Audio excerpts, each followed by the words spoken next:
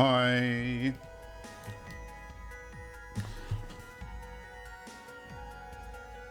How's it going? I've got Viennetta again.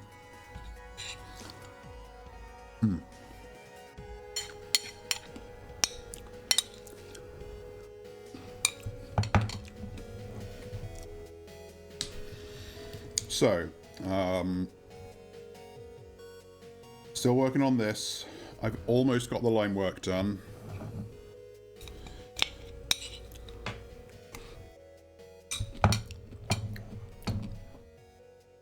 Normally, getting the line work finished would be a significant portion of the work, but I decided I hate myself with this, and it's gonna have fancy-ass painting all over everything. Can I, like, is there like an easy way for me to turn on all the color layers? Not really. Oh god, doing this in Clip Studio Paint is a nightmare. It's not even the worst option.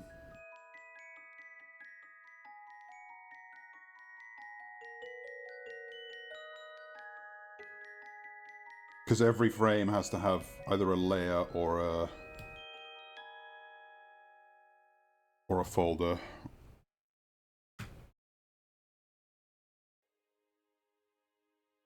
Yeah, it's all gonna be like this. But for the moment, all we are concerned with is the line work. Now I have to find this fucking layer to turn it off again. Ah!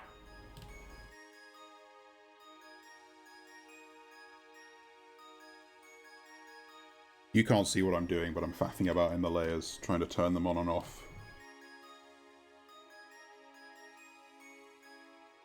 There we go, right. Would I rather eat a can of Coke or Pepsi? Well, I mean, Coke is better than Pepsi, so... Like, sorry to all the Pepsi likers out there, but your opinion is incorrect.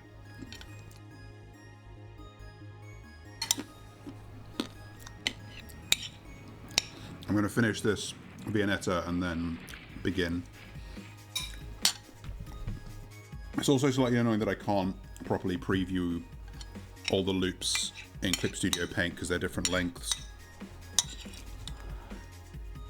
But that's the price I pay for not having the for not paying for the more expensive version of Clip Studio Paint, which lets you have an unlimited length timeline. Because I'm doing a painterly finish. Ugh, I just got done faffing around with the layers to show, but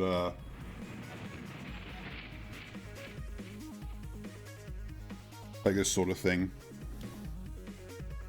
Actually, it's most visible on the fin here because I actually did the painting in all the frames. Well, I wanted to do this rather than having like fake textures overlaid. Like, bear in mind this is going to be full screen 1080p when it's all done. Hopefully it won't be too, like, honestly, the bigger time sink is going to be like the shadows and highlights and stuff. Because even though I'm doing a boil, I don't want it to boil too much, and so I still have to be like fairly precise at the cleanup stage. Alright, where was I? Anyway, good to see you, Joe. Oh shit, I'm not going to be able to... Okay.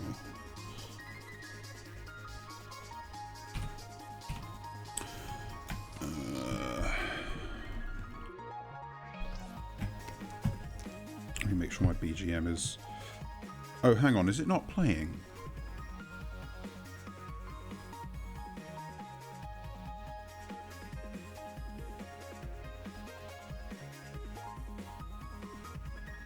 Oh, okay, it wasn't sure. Oh, no, it's...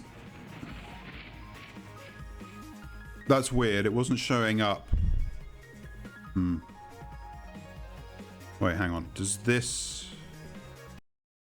Okay, it's showing up in the wrong place in my OBS, but it seems to be working, so I guess I should accept that. That's strange.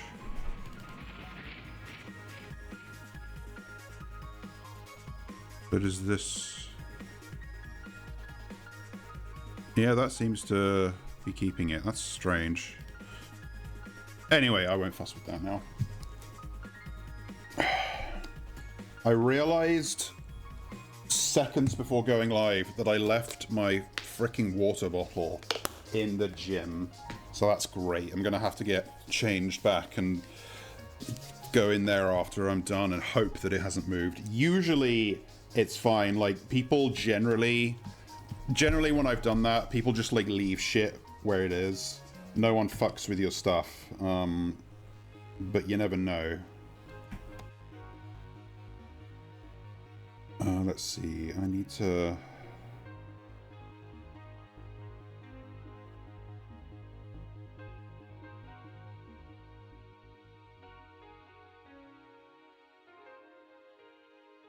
This is as good a place as any.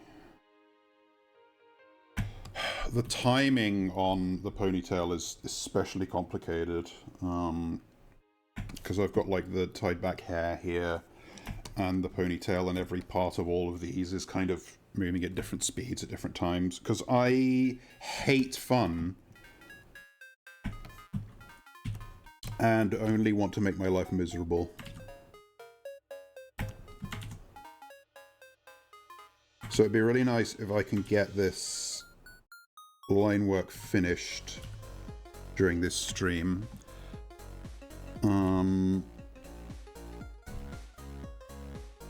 And depending on how long that takes, I may get into the next step as well. And once the animation here is done, I've got to do a rudimentary background of some sort.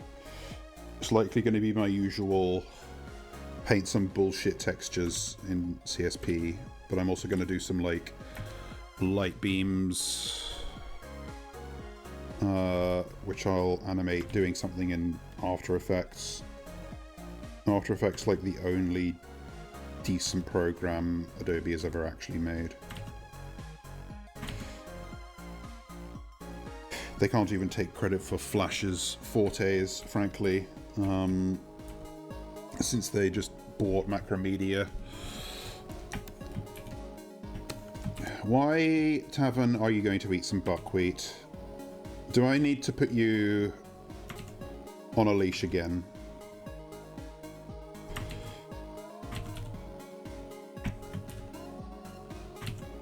Are you getting yourself into trouble?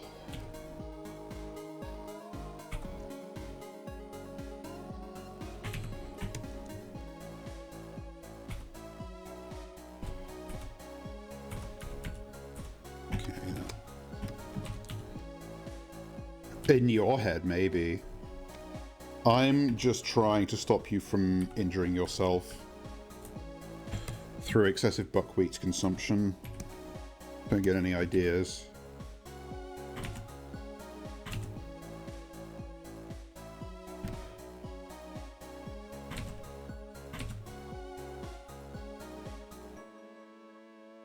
Store-bought or homegrown? Oops, no. Don't cut this entire layer, please.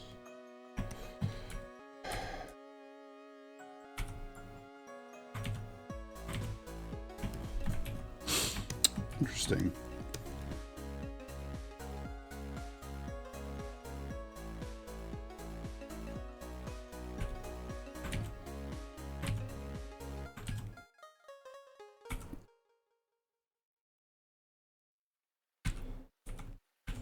It does. Except when it doesn't. Like if you get the really good store-bought stuff.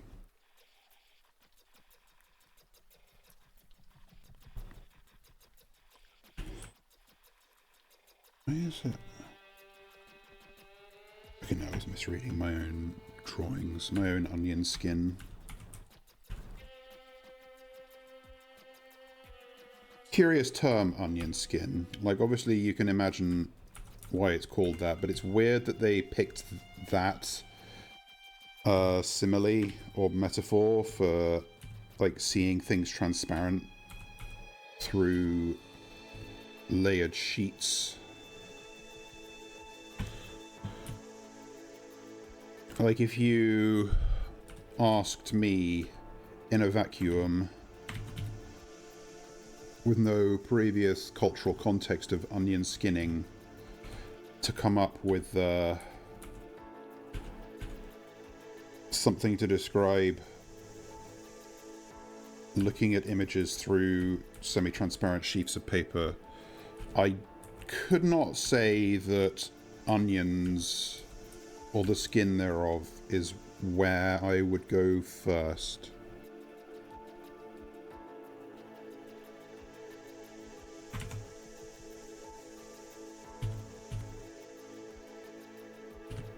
But then again, where would my mind go? Somewhere deranged.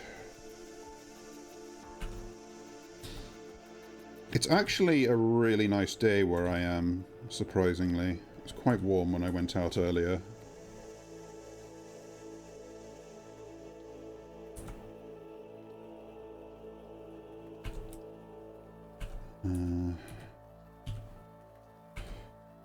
Fussing over this too much. If I don't fuss over things too much, I'm probably dead.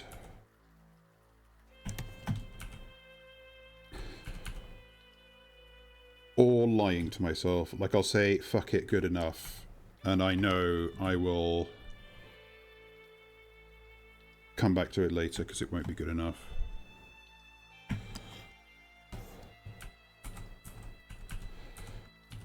Jeez. Are you sat in uni till 8 PM because you need to or because you want to?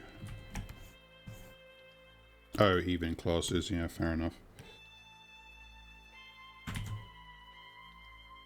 Do not envy you that. Don't think I've ever had an evening class in my life somehow. Not that I haven't worked on stuff till the wee small hours.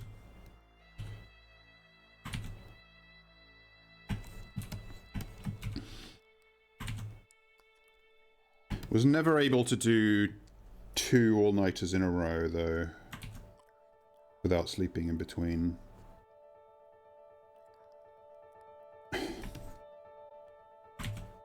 There's like one line from, I remember from a friend of mine at uni when we had our storyboarding exercise where we had to do an animatic for a short story, essentially. I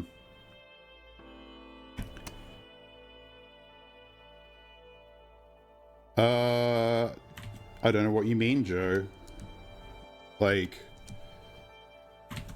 I'd maybe do a voice for other reasons.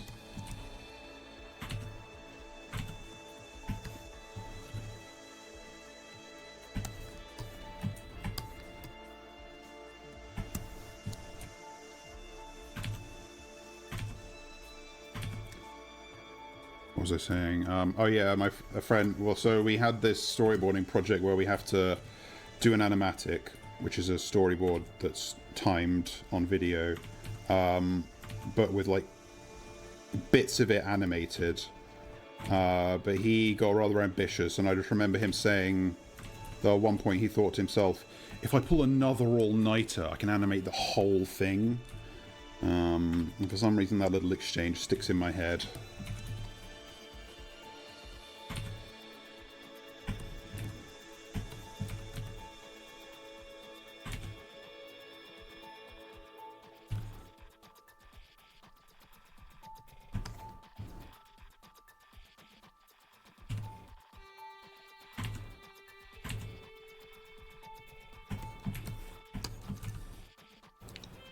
And that friend was Hillary Clinton.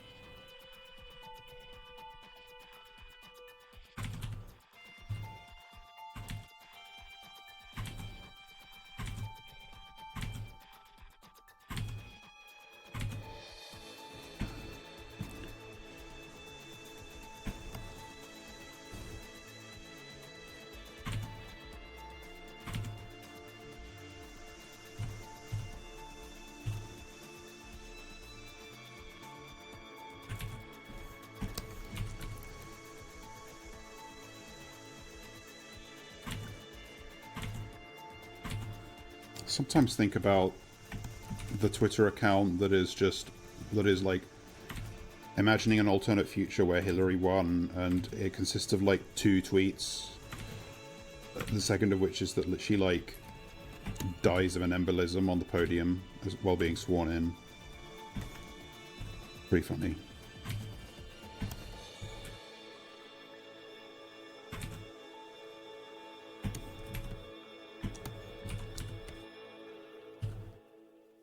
Ooh, autosave. Hello.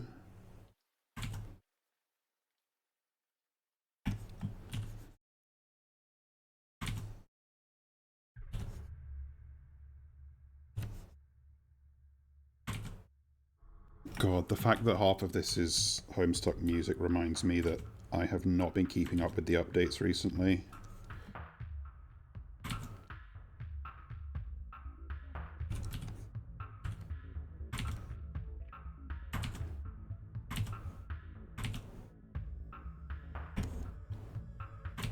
I need to get on that. Got a reputation to uphold. I need to find out what happened to Vriska Serket when she went into the plot point.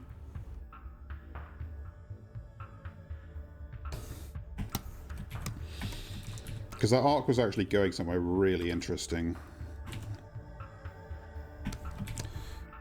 She basically, like, there was a bit of the standard, like, being confronted with the demons of your past, your old memories of all the bad things you've done. But it did something that... It discussed something that I don't think I've ever seen really discussed, which is that Vriska as a person has gotten very good at apologizing because she's used to, like, doing bad things and hurting people, but still needing to, like, get things out of them.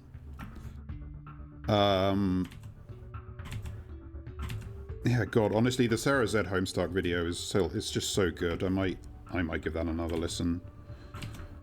And she kind of has, and like Vriska has to learn that sometimes you're gonna have to like be sorry for something, not because it'll get you something from the person you're apologizing to, but because you've genuinely realized, oh, I need to change myself as a person after this.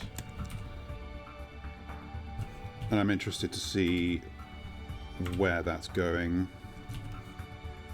Because I've discussed this before, but Homestuck Squared, now beyond canon, was setting up something interesting, or at least could have been setting up something interesting, and I wasn't sure if it was where they were going to go, but it was basically suggesting that, like, there are 3 characters from Homestuck proper that just kind of never moved on from the narrative of Homestuck and from the events of the narrative itself.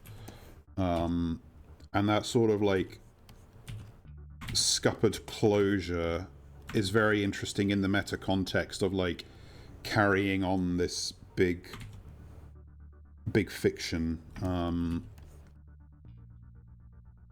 Like, how much do these characters represent the fans, you know, and the readers? Which is very fitting within the context of Homestuck itself as heavily metafictional. Let's see, is this... And I need to be precise about... No.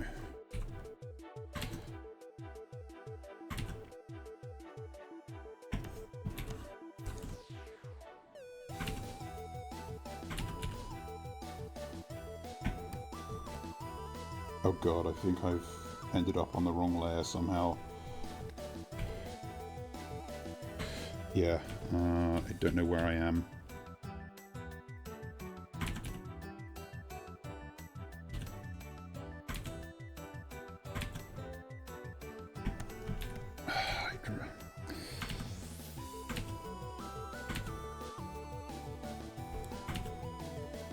I was about to have a grumble about animation software and timeline conventions, but I talked myself out of it. In my head.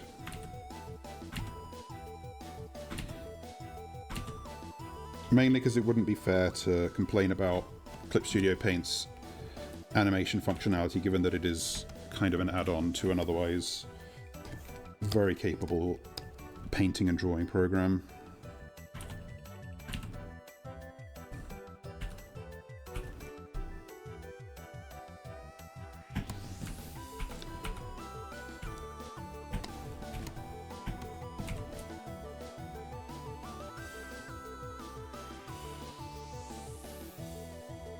What the heck are you playing, Tavern, where you have a 98% crit chance on a sniper rifle?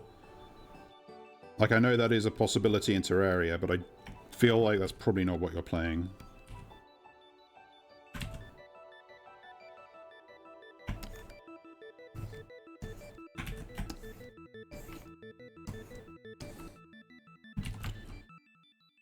I worry constantly about my line weight on this as well. Oh, you are playing Terraria? Okay.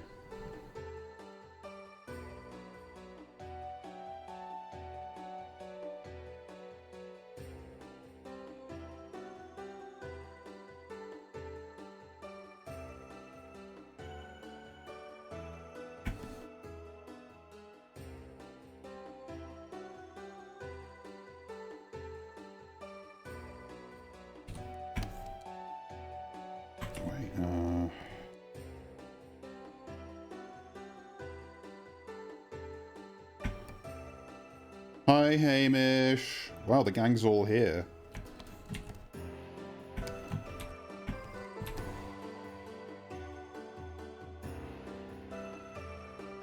Actually, I think I want to do this frame.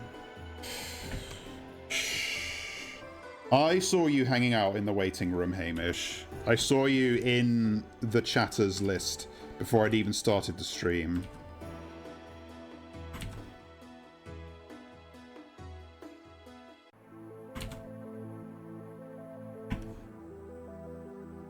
Twink. Oh, fucking... Is Twink from Paper Mario?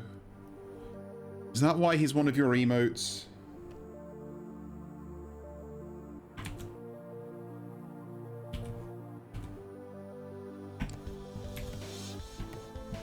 Oh, you don't have to... You're under no obligation to chat quickly.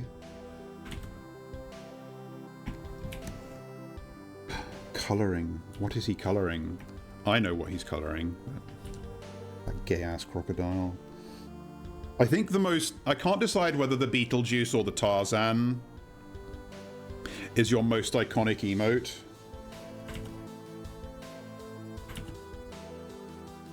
I don't have affiliate, so I can't officially have emotes yet, but you can circumvent it with extensions like 7TV and Better Twitch TV and FrancaZ, and I'm wondering if I should do that. But there's like a sort of self-hating part of me that feels like I don't deserve it until I actually get affiliate.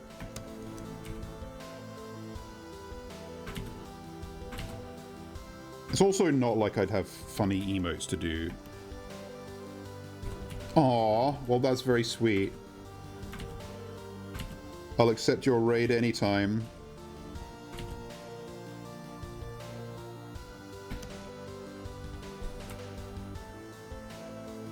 I've definitely got friends who, like, kind of felt inspired to come out of hiatus because I persisted in streaming against all professional advice.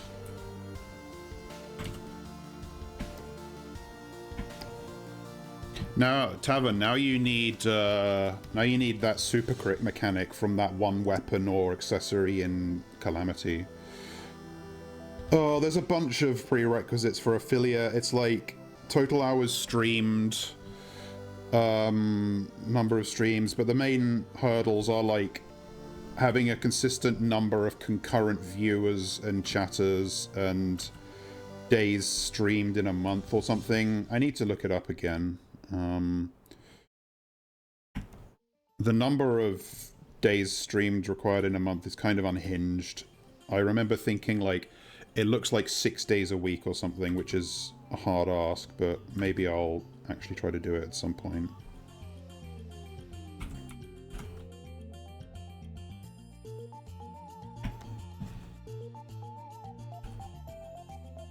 You can definitely go look it up on Twitch. But yeah.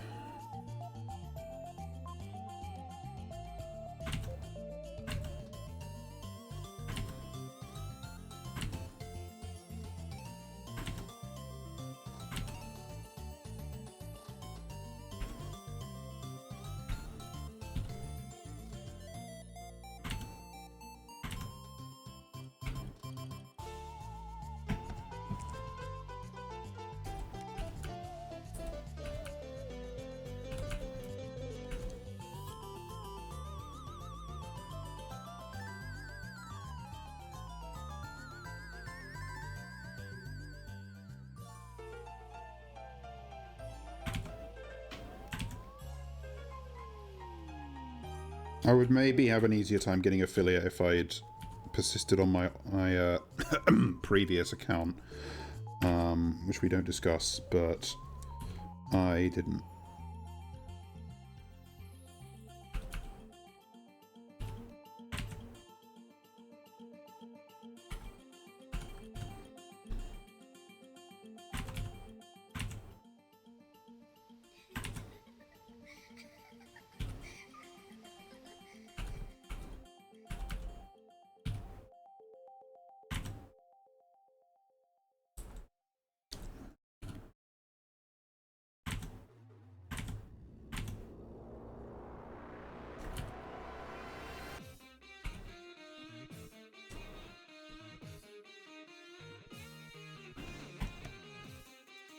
I can't remember which one it is. I can't remember if it's a weapon, an accessory, or a weapon that has it. It may even be like there's a weapon that applies a debuff to enemies you hit with it that allows you to super crit on them. I might be misremembering.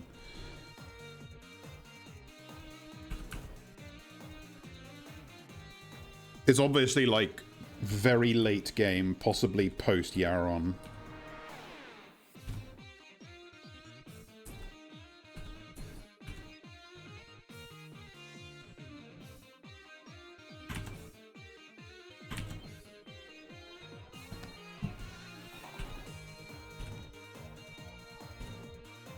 I do remember that I never really ended up using it.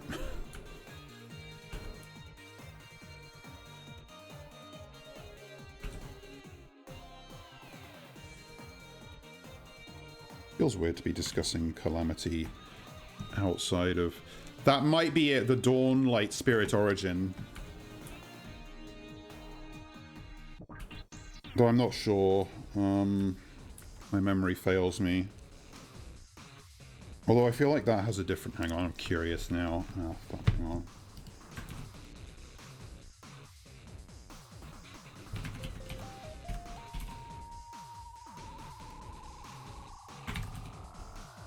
No, it's not that.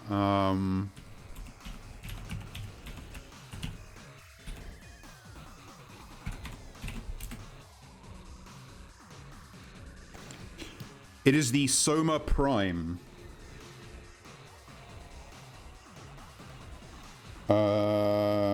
Yes. The damage from the main bullet and the shred debuff are affected by a super crit mechanic, where critical strike chance over 100% can still provide benefits. Any critical strike chance over 100% counts as a chance to increase the critical strike damage over the normal multiplier of 2 times. For example, with a crit chance of 160%, there is a 60% chance to deal 3 times normal damage, and a 40% chance to deal 2 times normal damage. This is also a weapon I never really ended up using for some reason.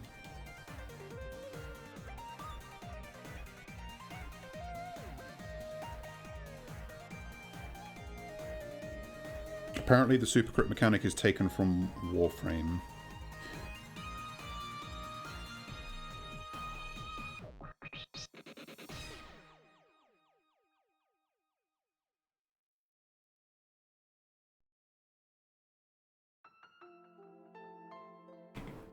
Although the Dawnlight Spirit Origin, which is the one that summons an anime girl, does have a chance, can increase your crit damage, it's not through the same super crit mechanic as the Soma Prime.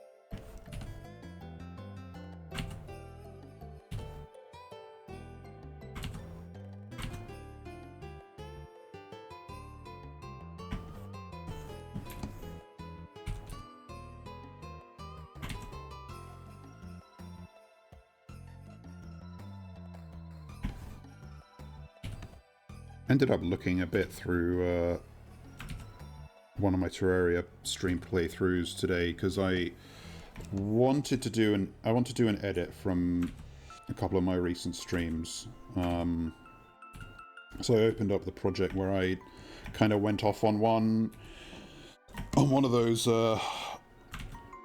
spammers who advertises their graphic design services in my chat all the time, and that was during a Calamity stream.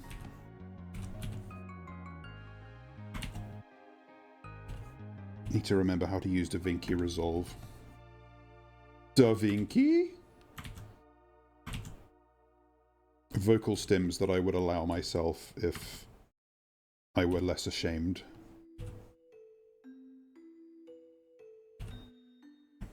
I knew that would summon you. I knew it. Not summon, strictly speaking, but it would awaken you. DaVinci? I know they stream. I mean, how could you not? animaShion? Fuck.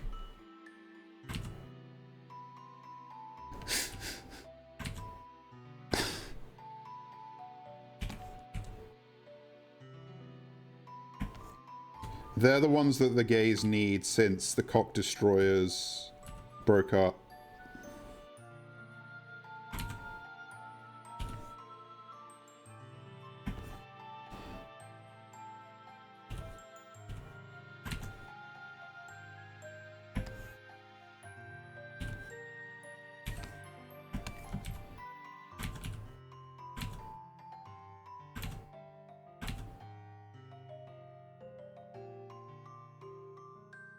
What? How did she die? What the hell? When did that happen?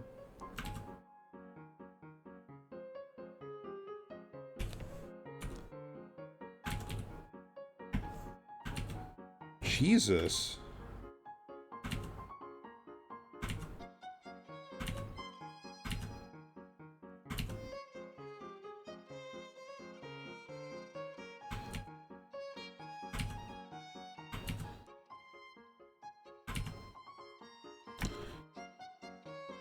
Yeah, true. Maybe not. But... Jesus. They're the kind of people who just seem like they're going to be around forever.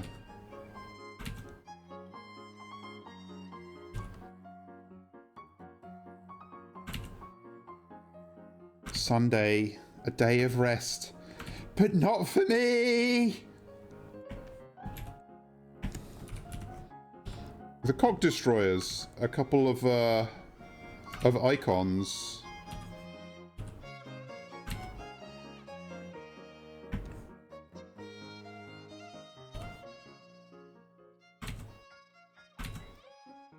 Dare I show the Cog Destroyers on stream? Okay, Hamish got my back. I couldn't remember if they were porn stars or, like, just made themselves up as such, but yeah, no, they were actually porn stars.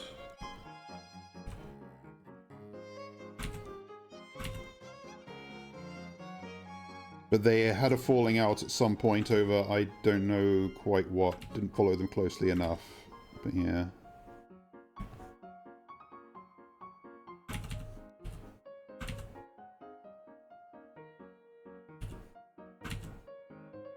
I remember them doing a video where they talked about viral loads, and I can't remember if it was about AIDS or COVID.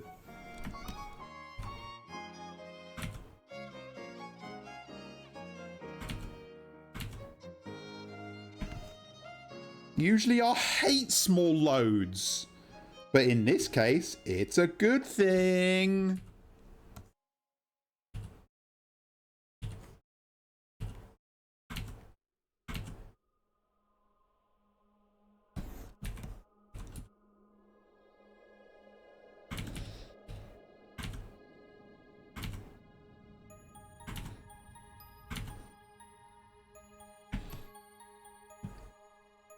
Oh, wow.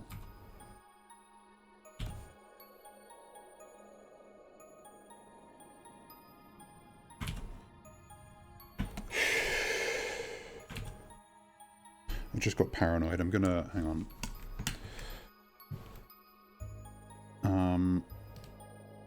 Just gonna real quickly make sure this is backed up to an external hard drive.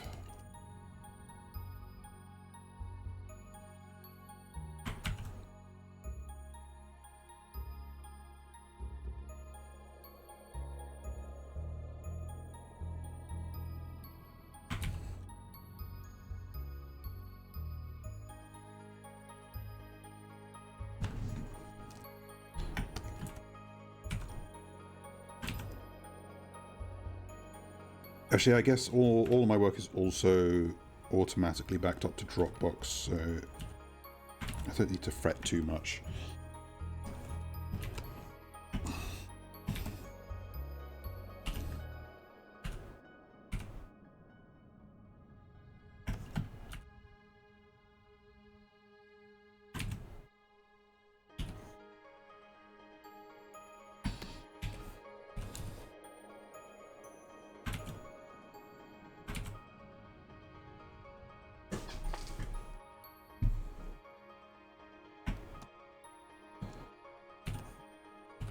That's definitely a first chat message. Hi, Dragon Sohabe. How are you doing? Who's Viper? I'm trying to figure out what this is a reference to.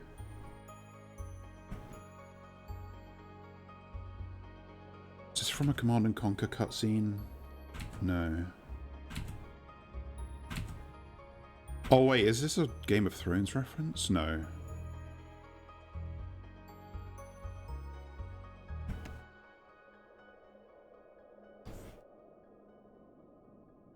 I don't think it's from Coco Melon, but then again, I am not up to date on the Coco Melon lore, so I could be wrong.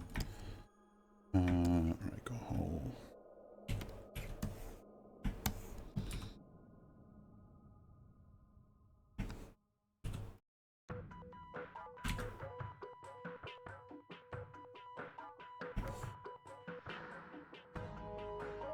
Oh my god, if this person sends that chat message and then never says anything else, that's actually going to be so funny.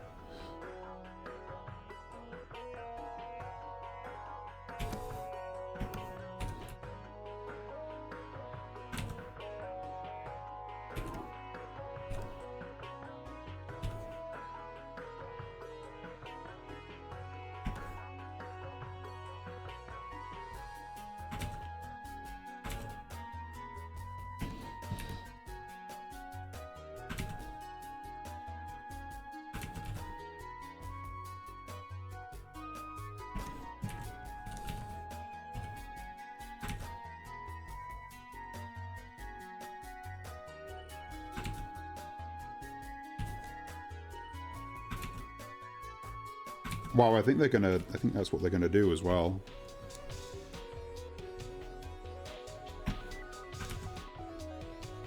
Who the hell is Viper?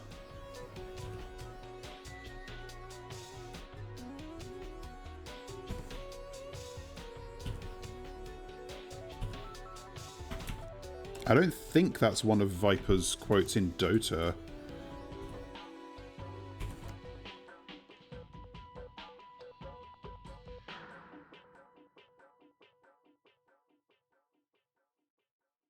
Maybe they meant to send that in a different streamer's chat.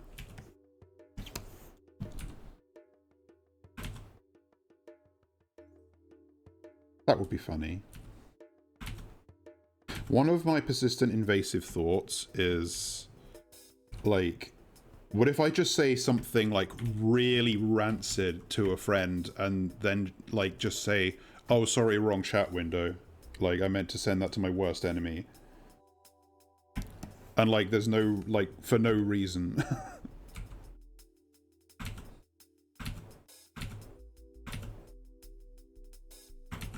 Like, the sort of morbid thought of, what if I just smash all of the windows around me? There's a Titanfall Reddit thread called that from 5 years ago. Hang on a minute.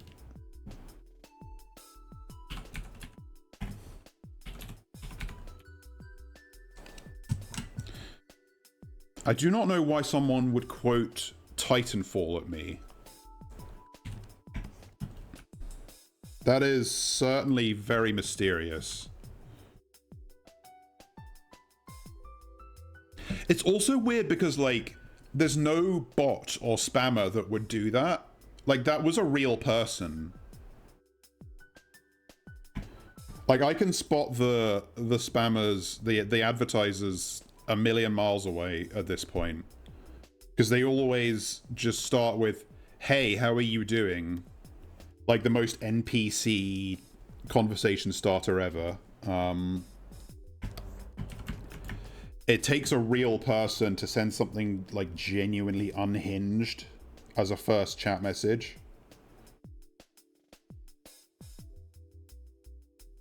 Oh god, maybe they were a ghost.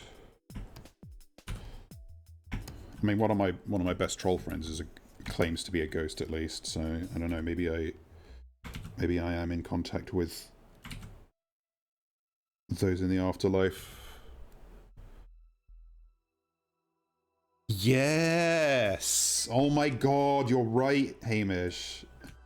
I think you've talked to me specifically about doing that as well. Me if I knew how to be happy. Sadly, I have, like, way too deeply ingrained a sense of shame to ever allow myself such, like, unfiltered joy.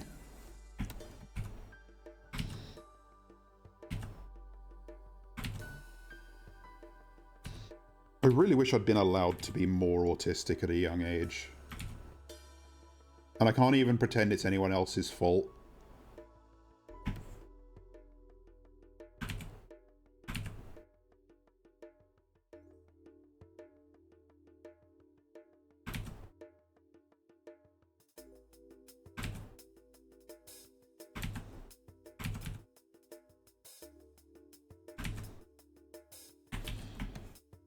I truly am.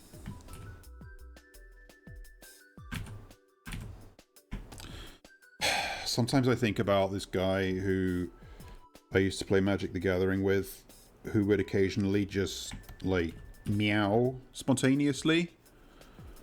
And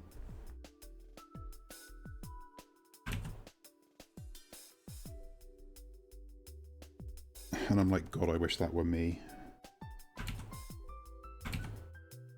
And no one even, like, made fun of him for it either, you know?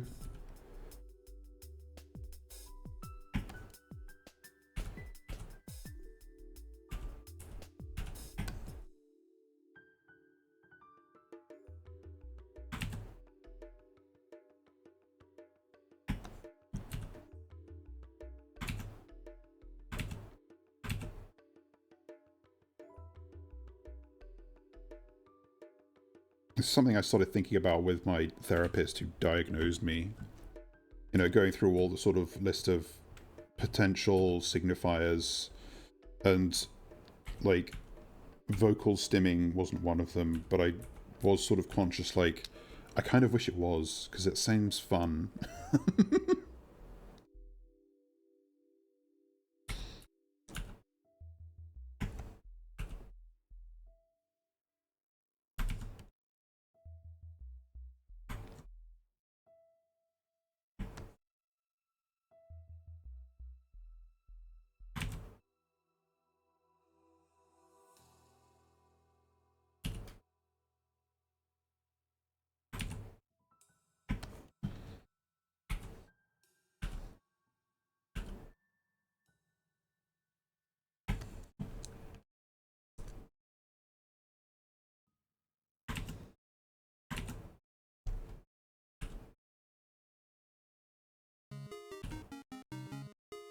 Sudden tone shift. I am. I think it's good to talk about these things.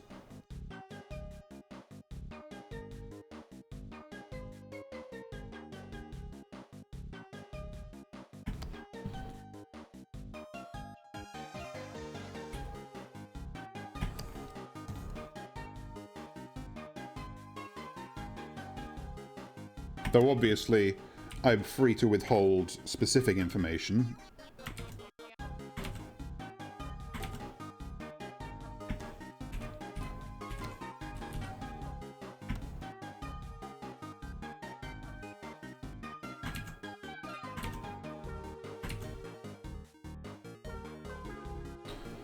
I've been diagnosed with autism. I have autism spectrum disorder.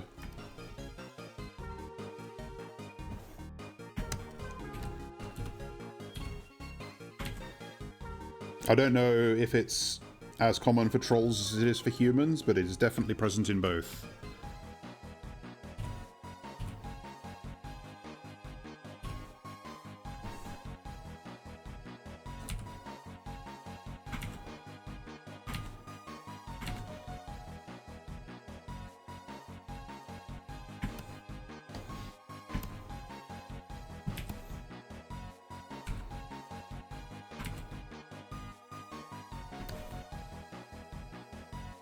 It was something I suspected for a long time, but I was encouraged to actually seek the diagnosis by someone close to me.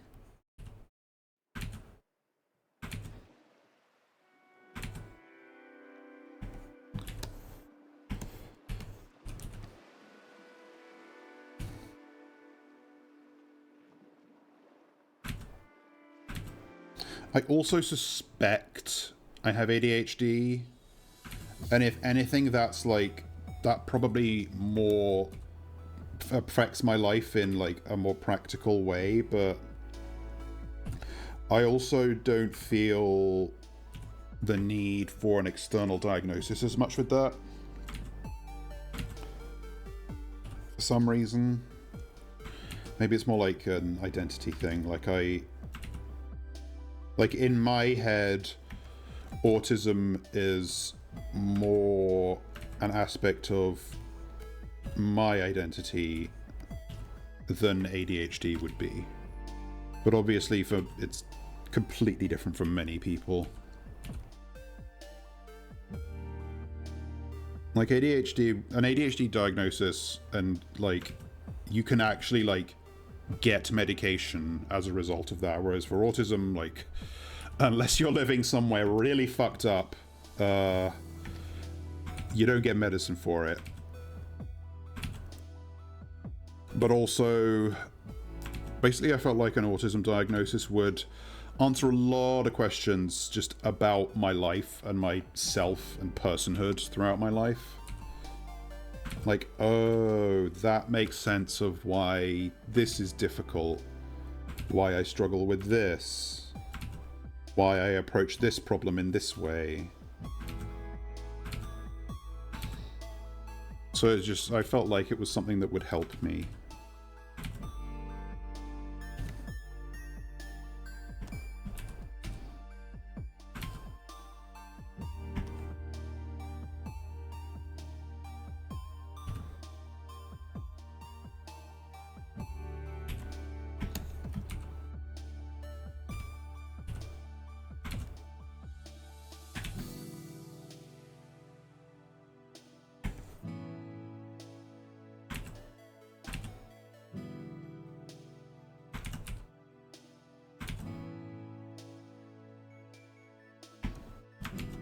It also means I can say things like hyperfixation and not have to worry about someone scolding me with, actually, you shouldn't use that word if you haven't been diagnosed with, like, well, guess what?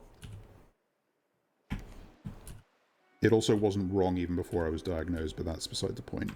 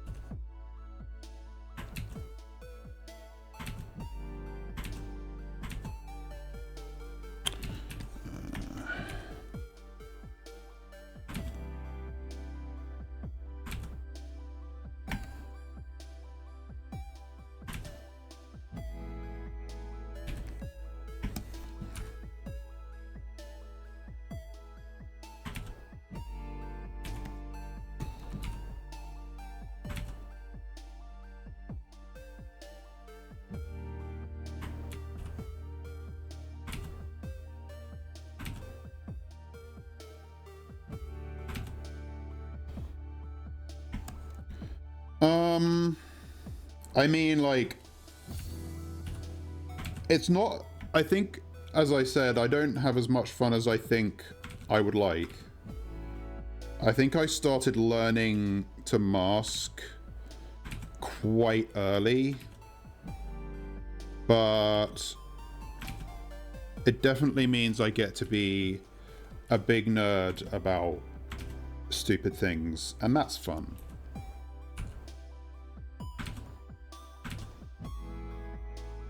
But I do wish I could just be like a little bit less restrained. Meow.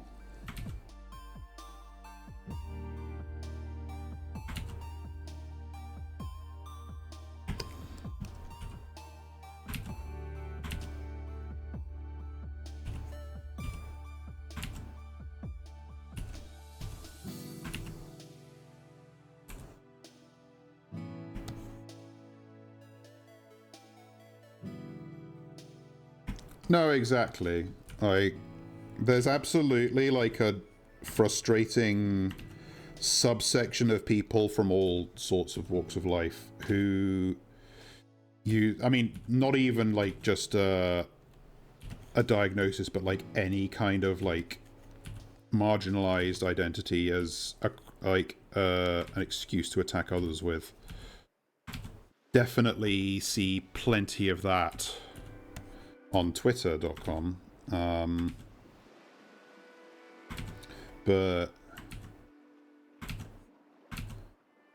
yeah, no, that's like, I mean, it's sort of similar to me, just like understanding myself, giving me context.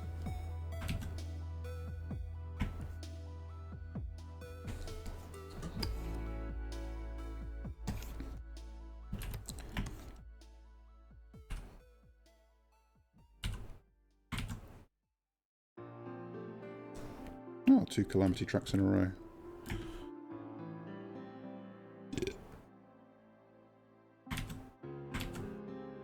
It's also maybe the funniest part of having this diagnosis is, and having gone through the process and knowing what professionals actually look for rather than what the stereotypes are, kind of recontextualizing some things that like other people in my life have said or done, and being like,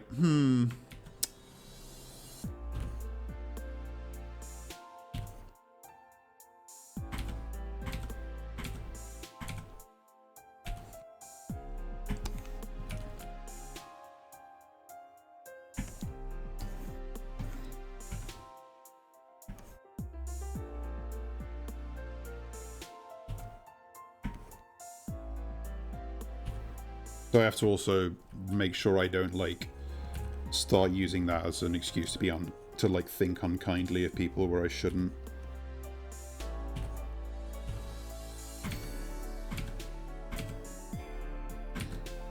Like, I get a bit frustrated, or have got a bit frustrated at some of the ways people have talked about, say, Vladimir Putin showing like autistic behavior patterns.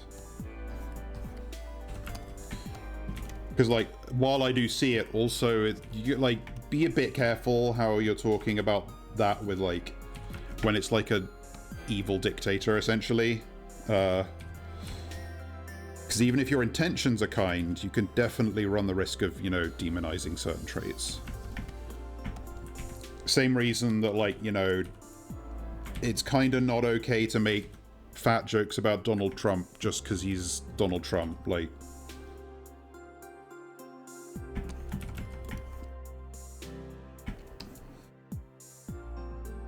kind of not okay is putting it a bit lightly, but what's this?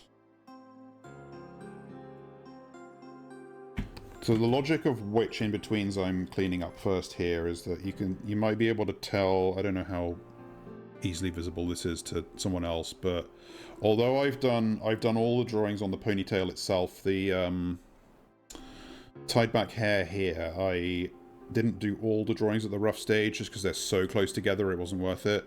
So I'm doing those in-betweens, those clean-up drawings first, and then when I do the ones in between those, I can in between within Clip Studio. Hopefully that makes sense. This one's awkward because, like, I can't be bothered to explain why this one's awkward. I'll just have to take my word for it.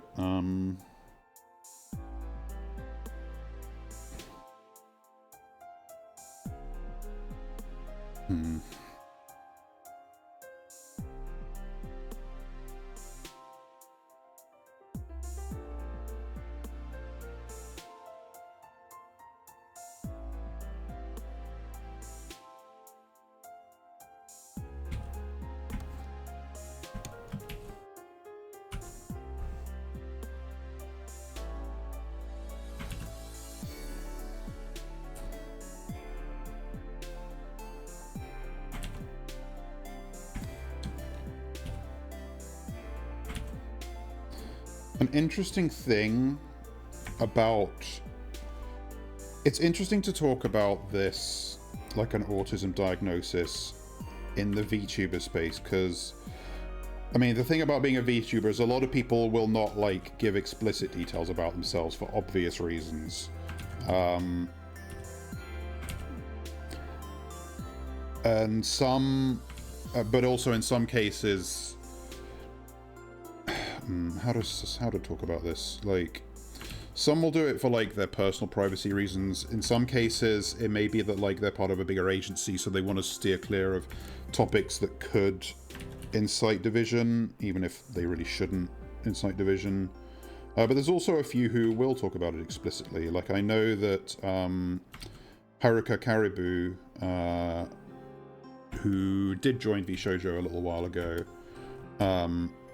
has talked about being autistic, and I believe that Fruit, who I think, I can't remember if she's still with VShojo or if she left. I think she's still with VShojo, has talked about her recent autism diagnosis. And I think especially with the culture's roots in, like, Japanese idol culture, there is a bit more of a tendency to not talk about that stuff by name. Same with, like, sexuality, actually. So I think it is healthy for people, as they are comfortable with disclosing details about themselves, to call those things by name and not, like, skirt around the issue.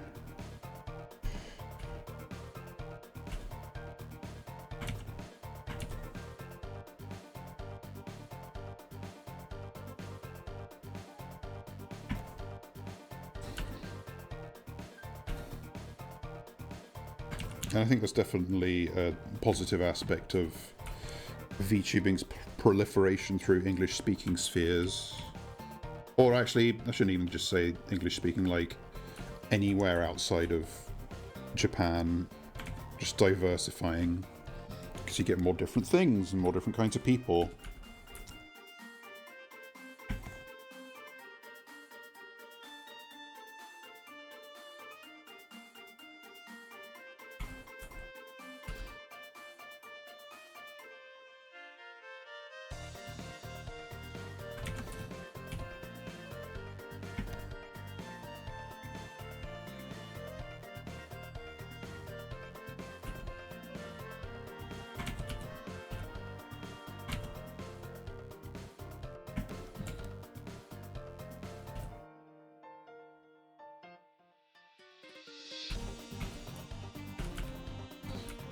It's another reason I think that Iron Mouse being, like, such a major figure is quite a good thing, like, just overall, because she is quite open about her physical conditions.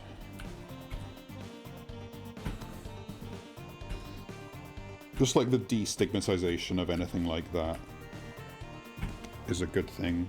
It just has to come from someone who's, like, not someone who feels compelled to talk about it, in the sense of, I have to be real and share everything about my life with my audience, but just because they want to, you know. For those with no context, Iron Mouse currently the most subscribed to streamer on Twitch, by the way, has, I believe it's common variant immune deficiency or disorder, CVID, and famously has been bedridden for years. And has to often be intubated and get blood plasma and have extra oxygen and stuff.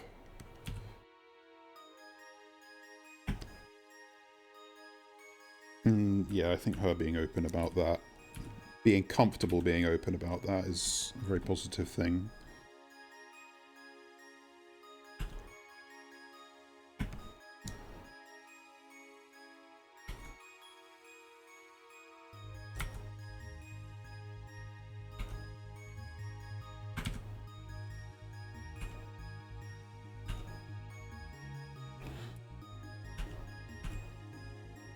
It's also funny to see sometimes, like, how... I try not to be too much of a bitch about this, but the extent to which people just do not get things. Because when Iron Mouse surpassed the, at the time, most, like, popular streamer on Twitch, a guy called Kai, I believe, like, a lot of people were like, oh, what's this cartoon bitch? Why show your face, her? And that's, like, gonna happen. But Kai himself was, like, nice about it. But he was also, like, kind of embarrassingly stupid. Like, he had no beef with Iron Mouse, but also he, like, said that he seemed to think that she was, like, AI. He was like, yeah, her stream was really well put together, even if it was, like, AI shit. And I'm like, I don't really know how you come to think that. Like, what aspect of cartoon avatar speaks of AI to you? And it's not like... And it's not like this Kai is a layman. He was the #1 streamer on Twitch. And so how he could not... So, like, even if he's not a VTuber, they're in his space, you know? Like, Iron Mouse didn't come out of nowhere. She's been doing this since, like, pre-2020 by a long shot. Like, 2017, I think. How he could, like, not have known until that moment is extremely weird to me. I mean, maybe it's a sign just that the streaming sphere is big enough that people can... That, like, individual parts of it can be big enough that you can just not know that stuff, but it's strange to me. Because, like, if I was the #1 streamer on Twitch, you fucking bet I want to know who the #2 and the #3 are. Like, I want to know what their game is. Not even from a competitive standpoint. I'm just like, I want to know who's sharing this space with me. Maybe this is something you can't afford to do when you've got millions of subscribers to entertain. You have to stay on your own grind, but I don't know. Hamish, when is your crocodile VTuber model coming out? You know you want to do it.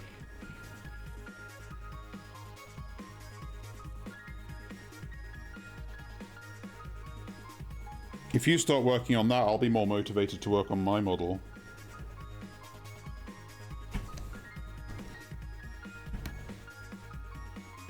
I can't possibly have two friends start their model after me and finish before me.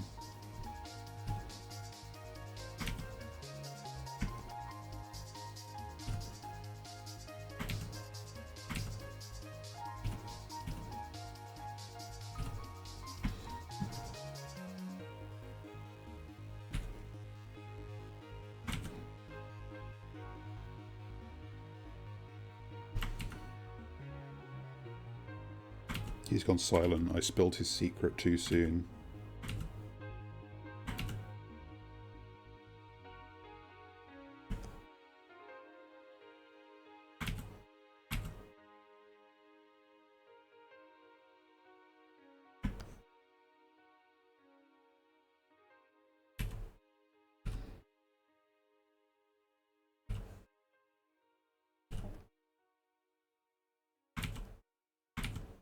It's also been interesting to see, like, VTubers branch into, like, because some are comfortable doing, like, IRL streams as well, and, like, to varying degrees.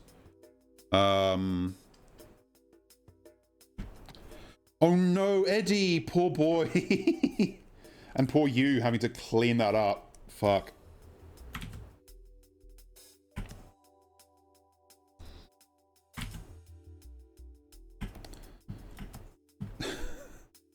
Did he get too excited, or did he eat something that didn't agree with him?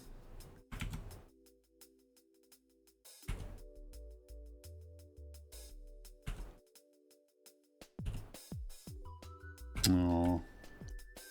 Animals just vomit sometimes, for no reason.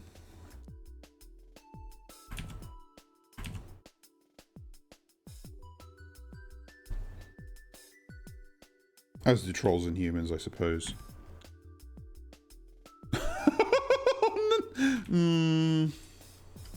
Yeah, I was going to say I'm not sure if that's a good or bad thing, but I think that's definitely more annoying to clean up.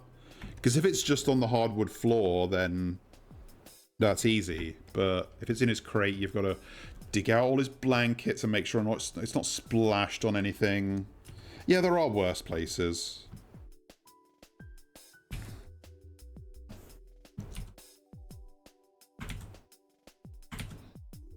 One time I was sharing with somebody who had a kitten, and I made the mistake of, like, cleaning her litter tray too much. And she got confused and, like, ended up shitting behind a bookshelf. And it took us a while to find it as well.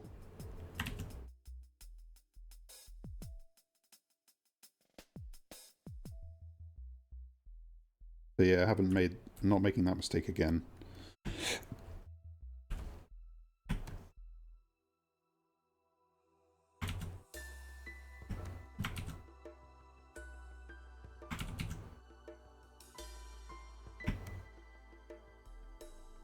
Also, Hamish, I was asking you, where's your crocodile VTuber model? When's that coming out?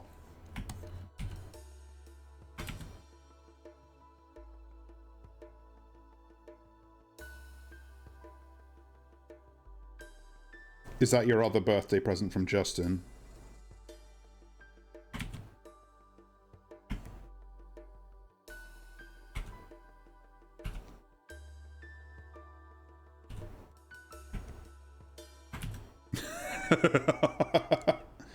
Oh, no VTuber's happy with their first model.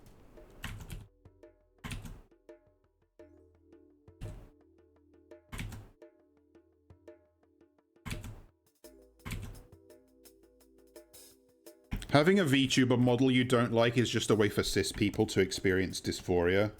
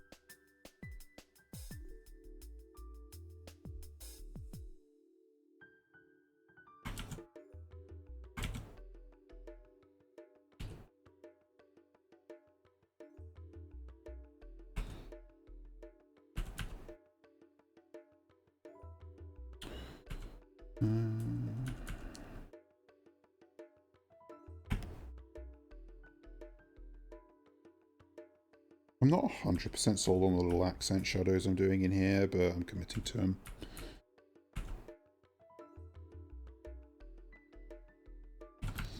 Like, whenever I do this, like these little pure black shadows in specific places, I always get antsy about, like, whether I should be adding more. Like, you know, if I've got little shadows in here, should they then be in the little crevices of the ponytail? Should I have them here. Should this be a shadow? That kind of thing. I think I just have to be restrained since this is animation. I just need to try to not draw more fucking lines. Someday I'll let myself do animation in a way that's fun and not like the most tedious thing in the world.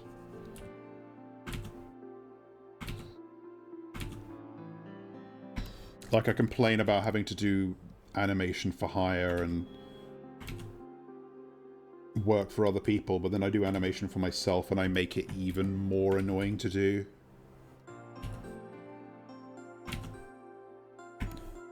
People talk about, like, you're your own worst enemy, but, like, I actually am. I am the architect of all of my own trials and tortures.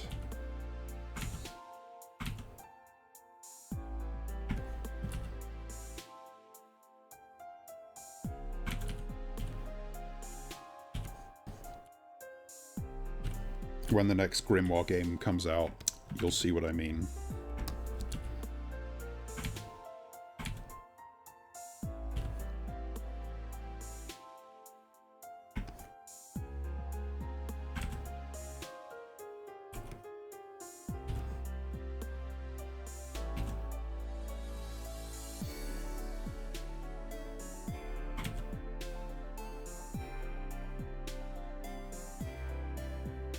I'm also absolutely not beating any allegations with what I'm spending the most time animating on this, which is hair. Like, the most memorable animation I did on Tangle Tower was some hair flowing in the wind. Fucking hell, why do I do this?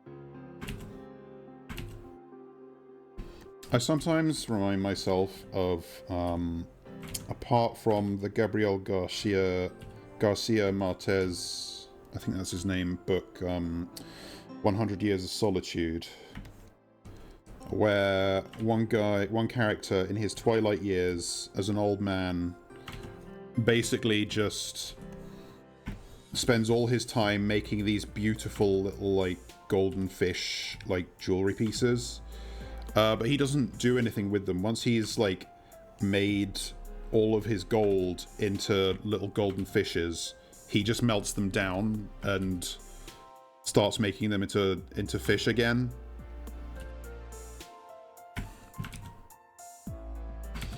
And I don't know if that's a perfect parallel to my animation process, but I do feel some kind of spiritual kinship. He also dies against a tree, pissing, which is pretty funny. I remember that passage fairly vividly, actually. He is, like, working on his fish, and then he realizes he's been holding in his piss for a bit, because he was so focused on the particular fish he was making. So he goes out to take a leak and dies. Standing up.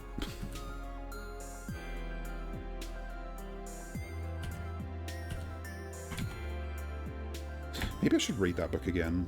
It's a fucking strange book.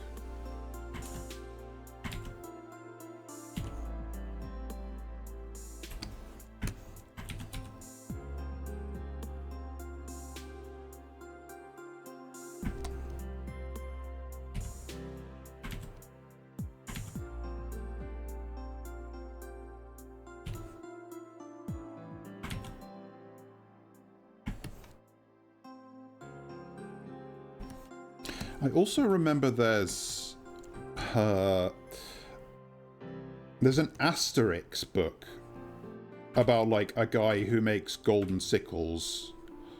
And when questioned about what he does with the profits from selling them, he says he just buys more gold to make more golden sickles. I wonder if that was a conscious parallel.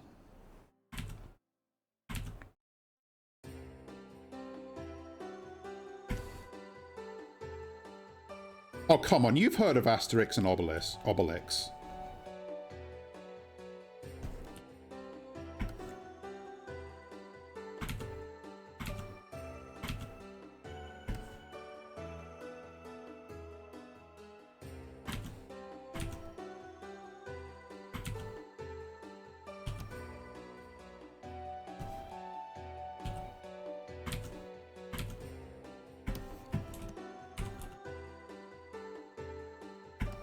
I think I only remember seeing the French version of that specific one.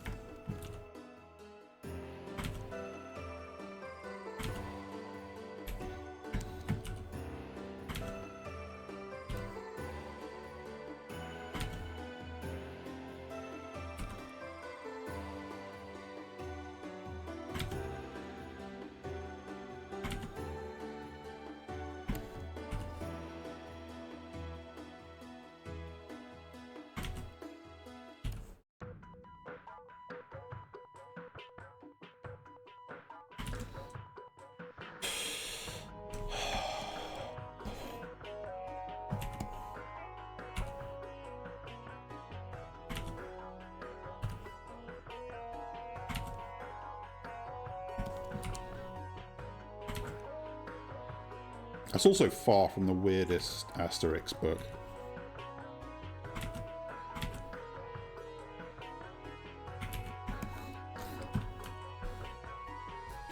Oh shit, did I miss? Oh dear.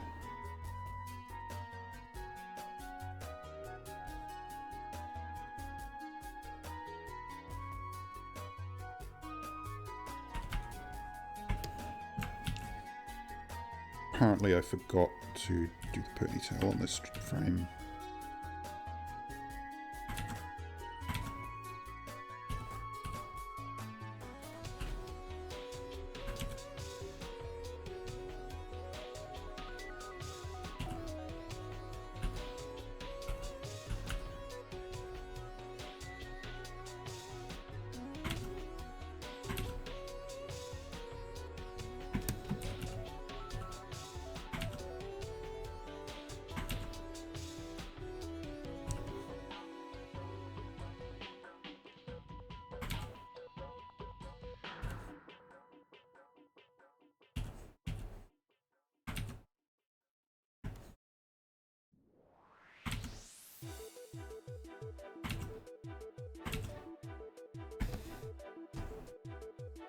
How many drawings do I have left here after I've done this one? 1, 2, 3, 4, 5, 6, 7, 8, 9, 10.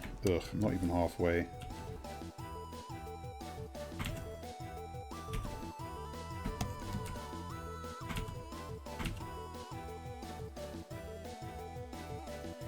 A good bit that I remember from Asterix is when,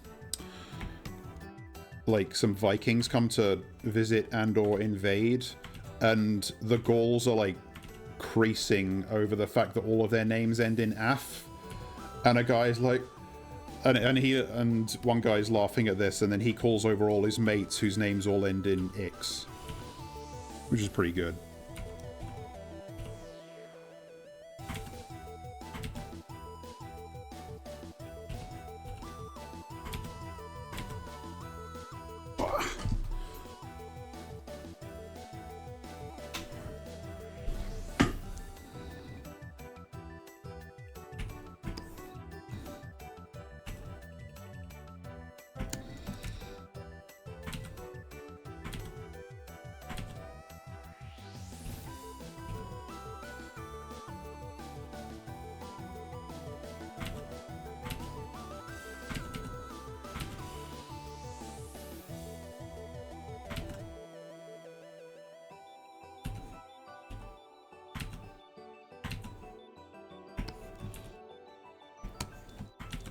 don't know if I'd ascribe those two archetypes to Tintin and Asterix, to be honest. I mean, I read some Tintin as well, but I did prefer Asterix, but...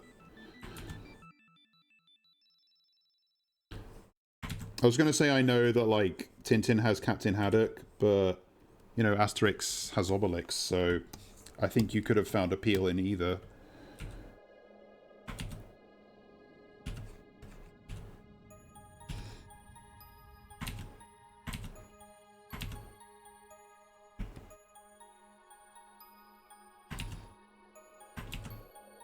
I wonder which one was more racist on balance. Possibly Asterix just by, like, volume. Though, I think maybe Tintin was, like... When it was racist, it was, like, absurdly racist.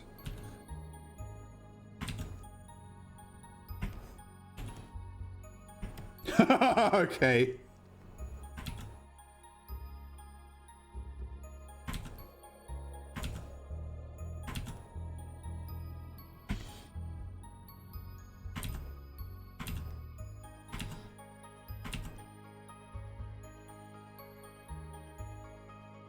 Getting mad at a French person for being racist, a white French person for being racist, is like... It's like getting mad at a dog for vomiting in his crate. Like, yes, he's done something wrong, but he's not able to understand that. You've just got to, like, try and find a conciliatory way to encourage him not to do it in future. There's just no point getting angry, because he can't understand he did anything wrong. It's in his nature.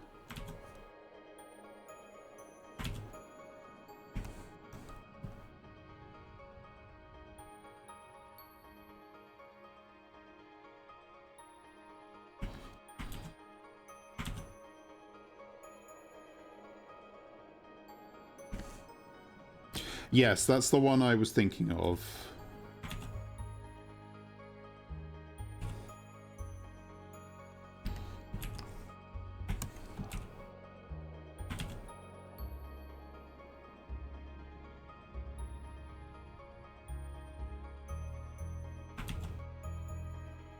And it's not like I have literally read it, but I know of it by reputation.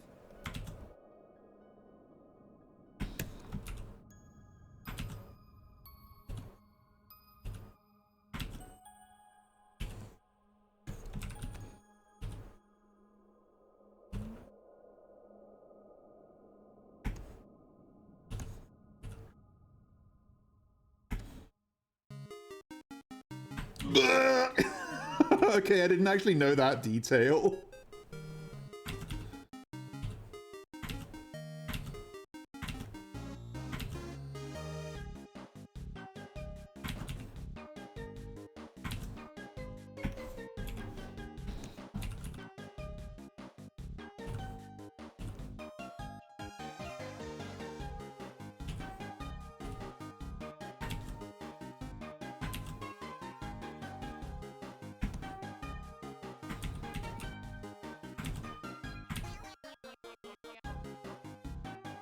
I guess that's not, like, that far from the sort of...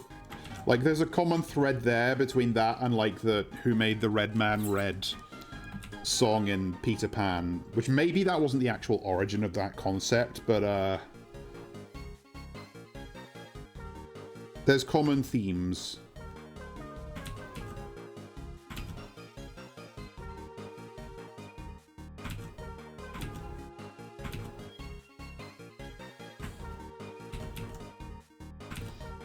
I also often think about, like, from the UK Sonic the comic, they would have their, like, letters page, and, you know, there would sometimes, like, they would also have kids send in art that they would show. And they had a multicultural week. And one of the drawings they featured was Our Sonic, which is just Sonic, but with, like, the most racist, stereotypical, like, Chinese... buck teeth and slanted eyes and hat. Yeah. honestly can't really blame the kid in that case as much as the adults for publishing the drawing. Like, my guys, the 90s it may have been, but you still should have known better.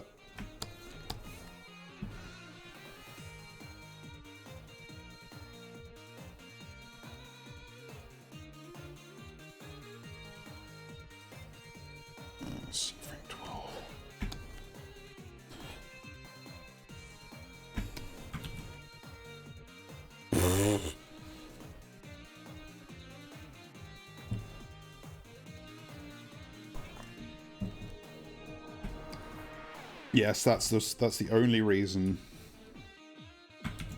The reason is you can't trust the Brits with anything.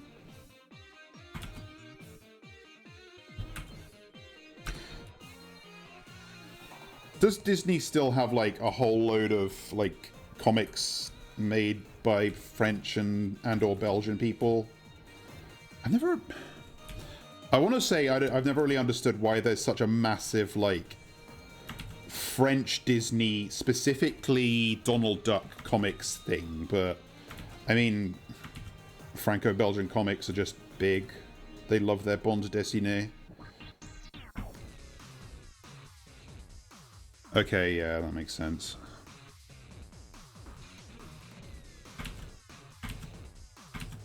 But I guess, like... So why isn't there, like, French Marvel, you know? Why French Disney?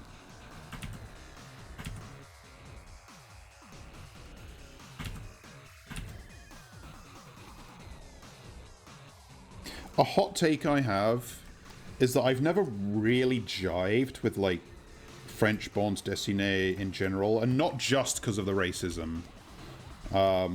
Just some, like, there's stylistic conventions throughout that for some reason I've never enjoyed. Like, in the artwork. And I couldn't really tell you why.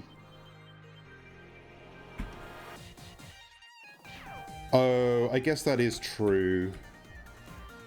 Yeah, Marvel is definitely consciously an American product in a way that Disney is not so much.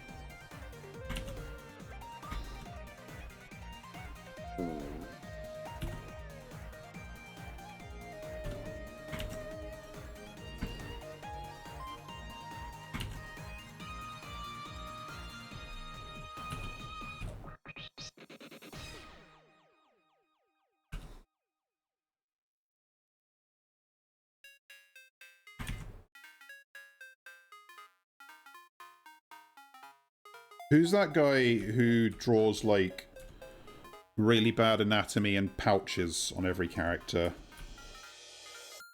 I'm wondering if France has a version of him. Though I don't know if this is even a remotely coherent thought. And now I'm wondering if France has a Ken Penders.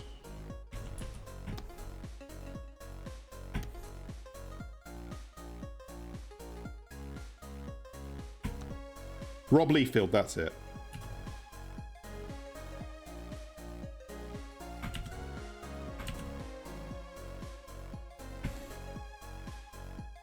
Oh, he created Deadpool. That does... That, like... That factoid feels too obvious.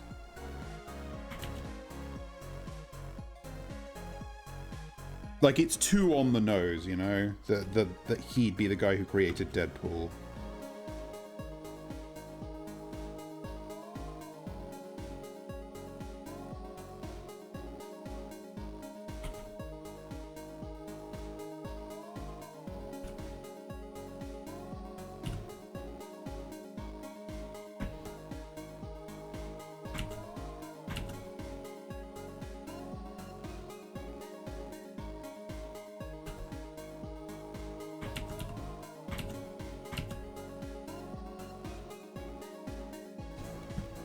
Where are we on Deadpool culturally these days? Like, do we hate him again or do we like him again?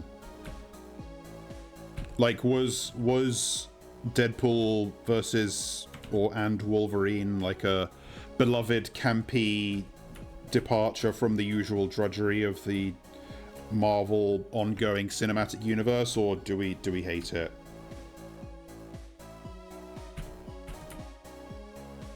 I think I was having similar conversations about Venom recently, actually. Because Venom, for obvious reasons, feels divorced from the rest of the Marvel movies, because he literally is. And I just feel like I should see them out of a sort of sense of defiance. A rejection of the Marvel cultural hegemony. I just want to see some, like, weird alien husband goo transformation shit going on. I also want to see the, like, you know, the scene that the Insanity SMP meme comes from. That fucking meme lives in my head rent-free at all times. The Insanity SMP! It's hardcore Minecraft, but everyone has unique superpowers!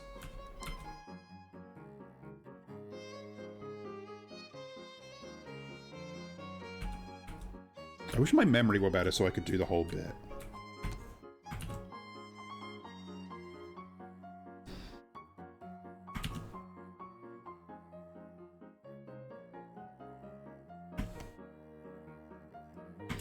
I think I got the voice spot on, though, if I say so myself.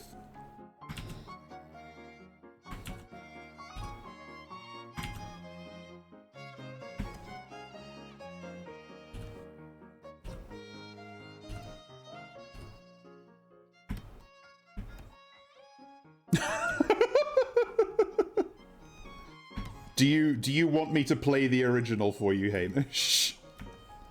Because I will do it if given any opportunity.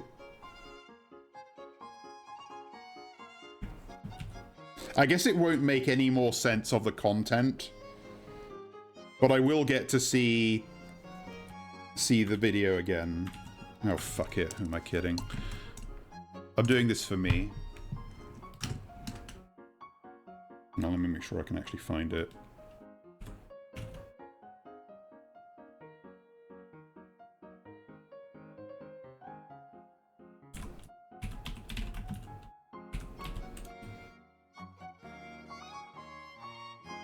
Okay.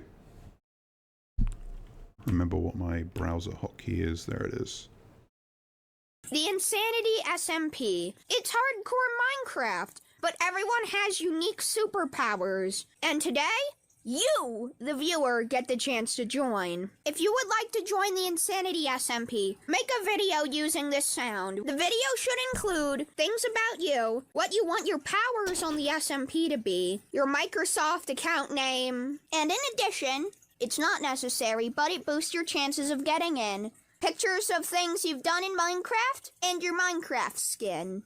Anyways, I can't wait to see what everyone has to offer, and I wish everyone the best of luck getting in the SMP.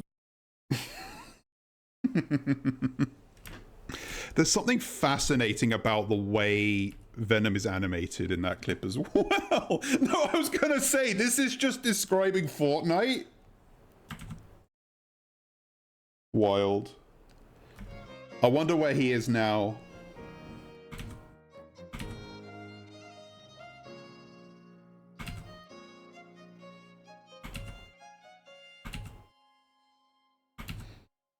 I hope the SMP took off. I just that one moment where he's like, "You," and Venom does the finger point is fucking Kino.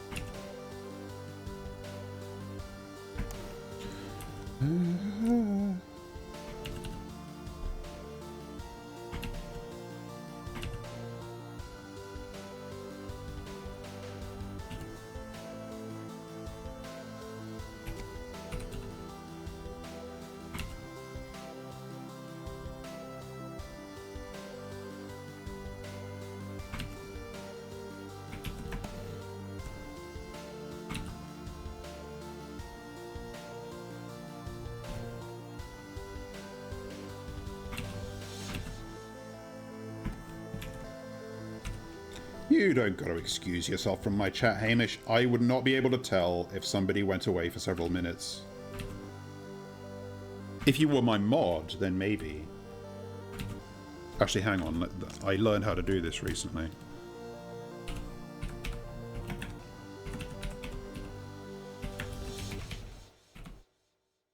I'm foisting this upon you.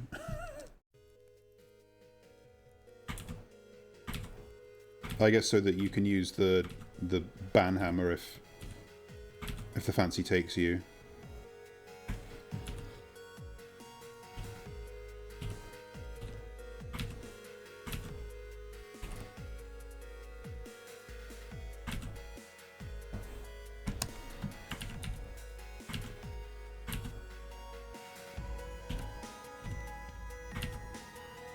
I wonder if that lets you circumvent the usual, like, Twitch overly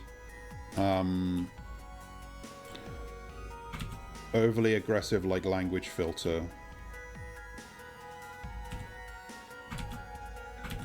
I feel like it, I think on someone else's channel, I don't even know if I'm a mod on their channel. I think I'm just a VIP, but I think I can circumvent the cooldowns on certain, like, chat commands there.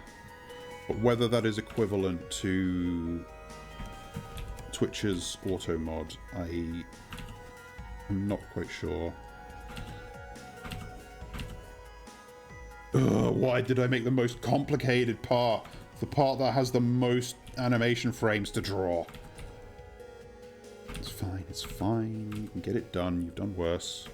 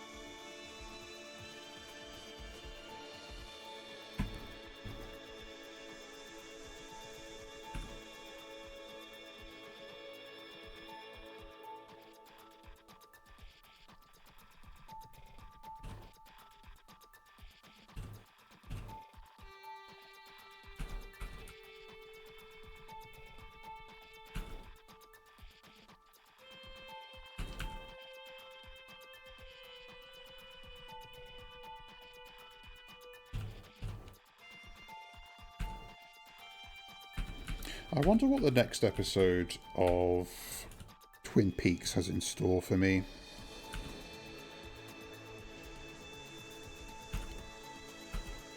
I mentioned this before, but I have started with some friends a watch through of Twin Peaks.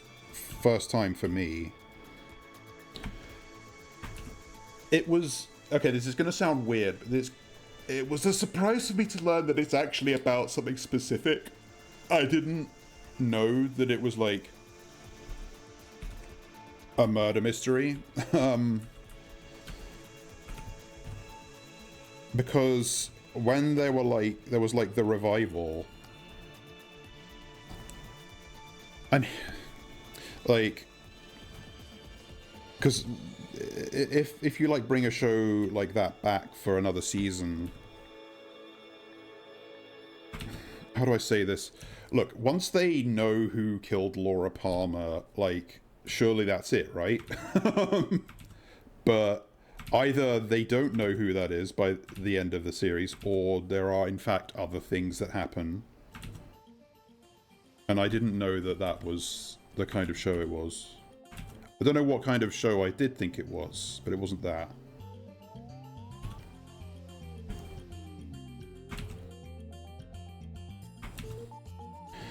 By the time we get through it, I wonder how many more memes are going to suddenly make sense to me. Is it going to be like when somebody plays Metal Gear Solid for the first time and suddenly that somebody getting surprised sound effect that gets used in every like TikTok or meme video has context for them now?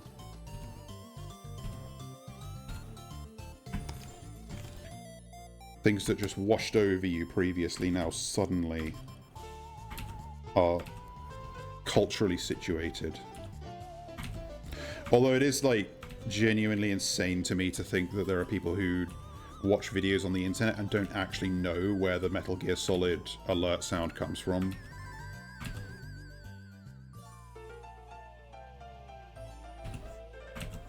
Oop. Yeah, I know, Boomer Troll, whatever, but God. Maybe this is the real reason for Konami to, you know, keep doing remakes and re-releases and remasters so that this knowledge doesn't get lost.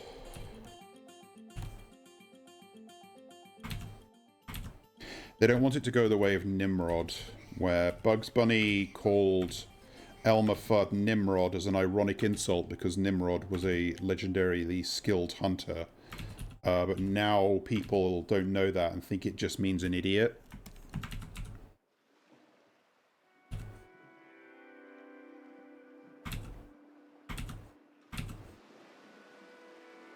It's because whoever came up with the character of Nimrod didn't do an HD remaster on PS5.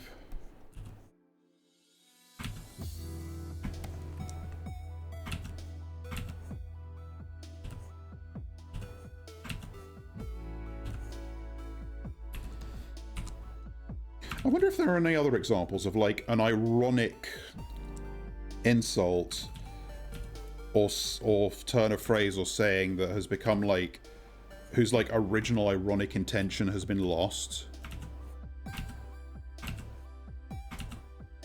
Kind of a specific thing to try to think about.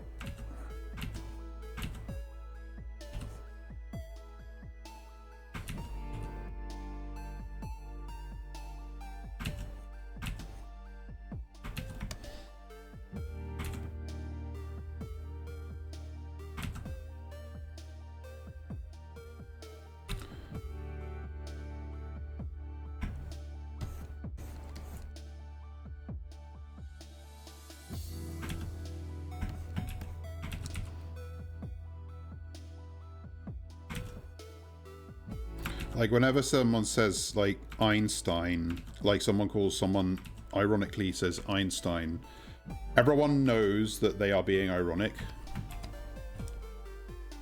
Nobody thinks Einstein was actually an idiot, you know? That's why you call someone who's just something, done something stupid, Einstein. But Nimrod did not have the same cultural foothold as Einstein, apparently.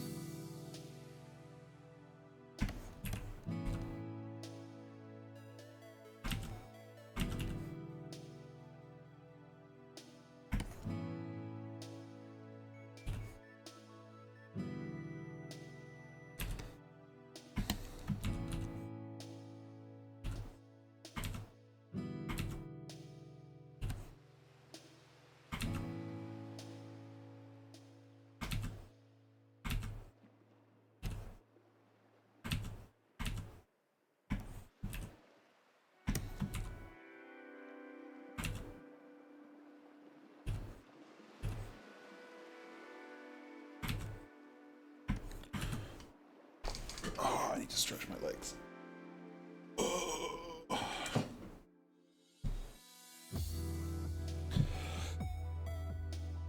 Ah! Oh.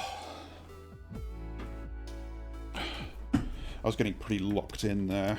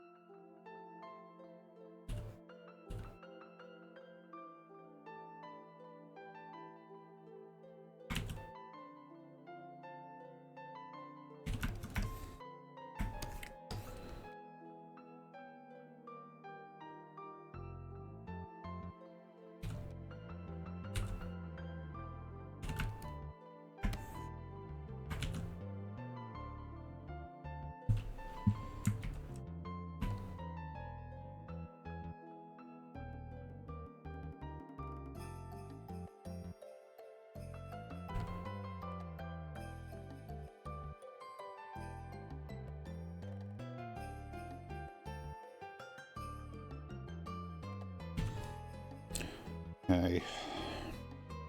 It's about half of the frames done.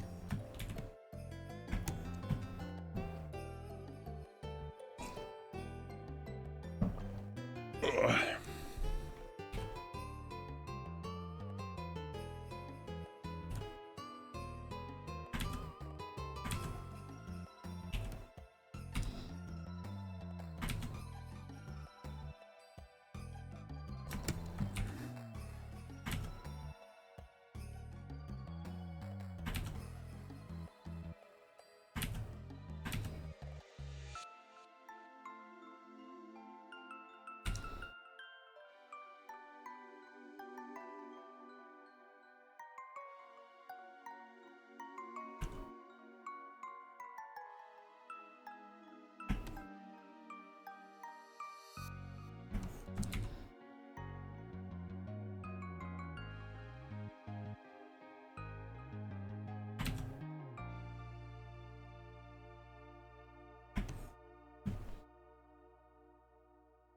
That's funny, Jewel Maven, because I'm streaming at a different time to usual today. Experimenting with the earlier time slot.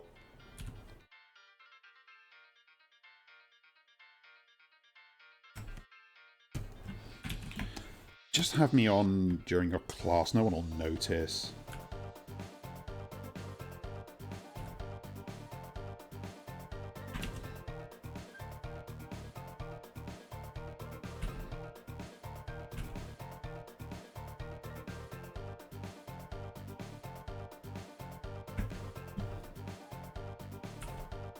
Also, how have you been? Hope you're well.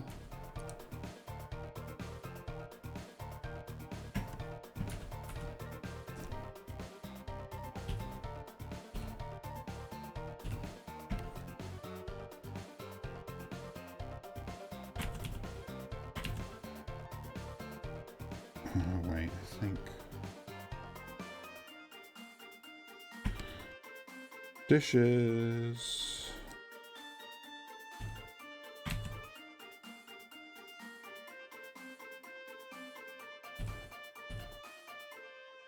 I found my dishes.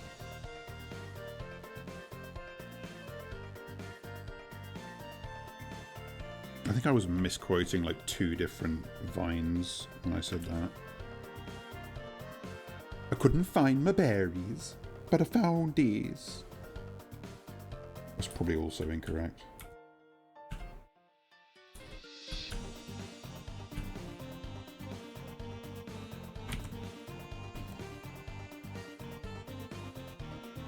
Oh god, actually the vine that lives in that's been in my head a lot lately is the we got bananas and avocados one. Fucking cursed with that.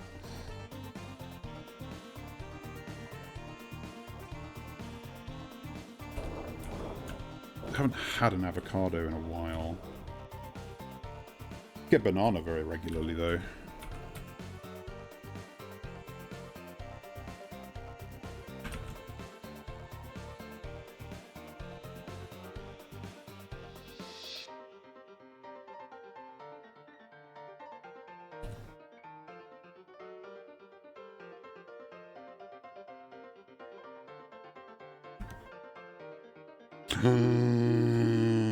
Yes, please.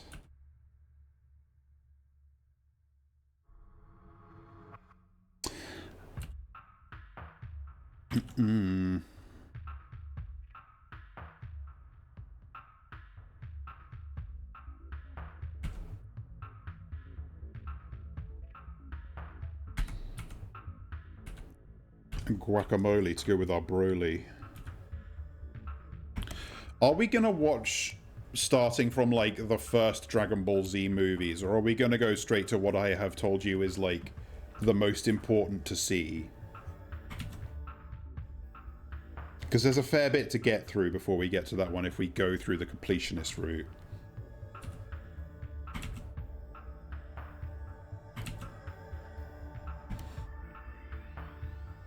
That's true. I actually have basically no knowledge of those.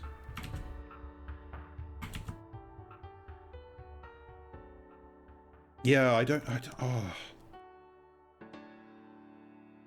Yeah, I have no idea how, like, what Dragon Ball minus the Z movies even exist.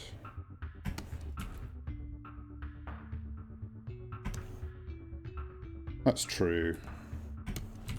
Like, God, I mean, Dragon Ball has abandoned doing anything in order. Like, like, Dragon Ball Daima is set in between Z and Super, with Super being technically set in between Z and GT, but also being mutually exclusive with GT.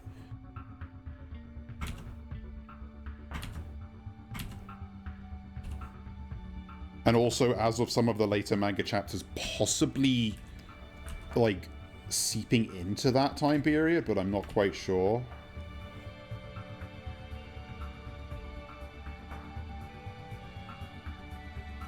I definitely remember seeing, like, some teen Trunks and Goten, at least as a sort of volume cover for the Super manga, but I don't know how much they commit to that.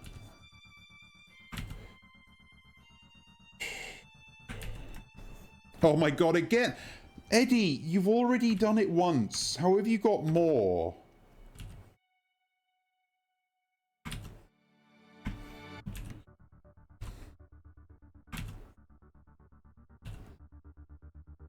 Now he just wants attention.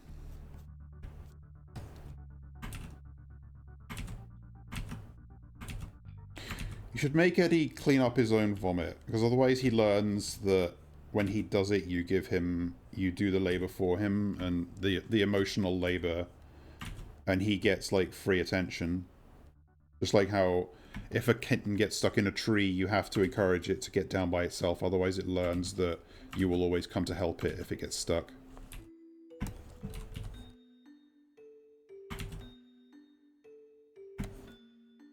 Learned that from a guy on YouTube called Nate Petrosky, who runs a YouTube channel called Narrow Way Homestead, which I occasionally see shorts from.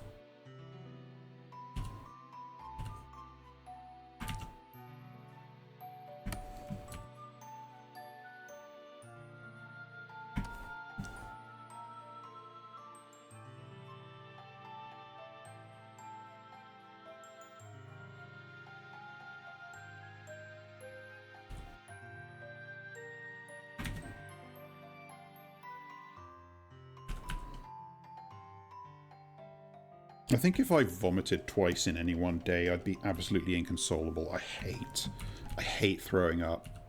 Just the sensation of it and the lead up is unbearable to me. I think I'd rather die than have to do it twice in one day. Maybe that's dramatic.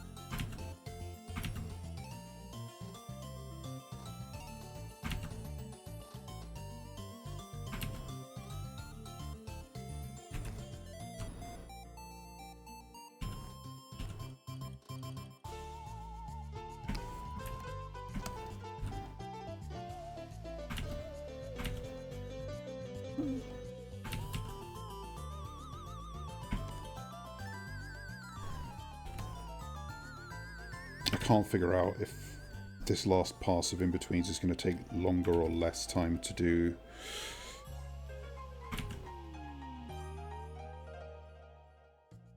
It's always a toss-up, because on the one hand you have, like, the frames on either side to sort of guide where your lines go, but on the other you have to care a bit more about where they go to avoid more boiling than you actually want.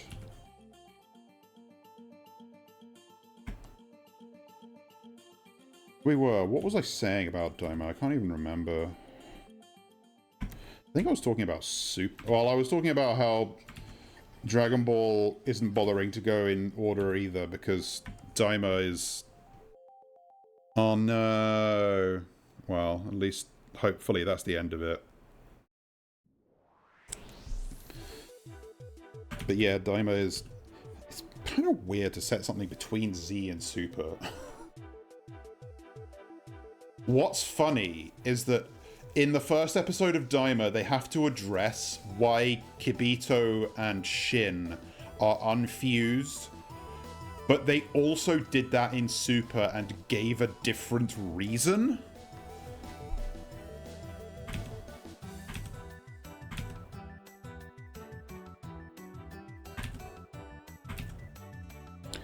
Because in Daima, they...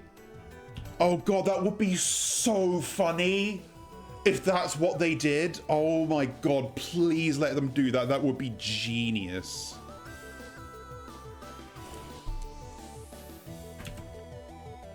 Because in Daima, they're like, yeah, Vegito split apart when he was inside Majin Buu, so we had the good Majin Buu suck us up and spit us out, and it worked again. But in Super, they say they made a wish on something. Oh wait, you finished the Universe 6 tournament arc. They said, yeah, they made a wish on the Super Dragon Balls for it. I think, unless I'm forgetting. But no, like, having them just incidentally have to fuse again in Daima would be hysterical. I'd love that so much. Also, he's right not to like that fuse design. I don't either. I was going to say this is one of the reasons why GT can't be canon along with Super, because they are still fused in Super. But I guess you could say, well, they fused again. But they would also have found a way to unfuse, so, yeah. It's also... It's interesting to me because... that they like have sort of officially stated now the reason that Vegito, or Vegerot to some, unfused inside Buu is because like Buu produces an enzyme or a gas or whatever that splits fusions. Because to my memory, the reasoning for why that happened has never been completely made clear.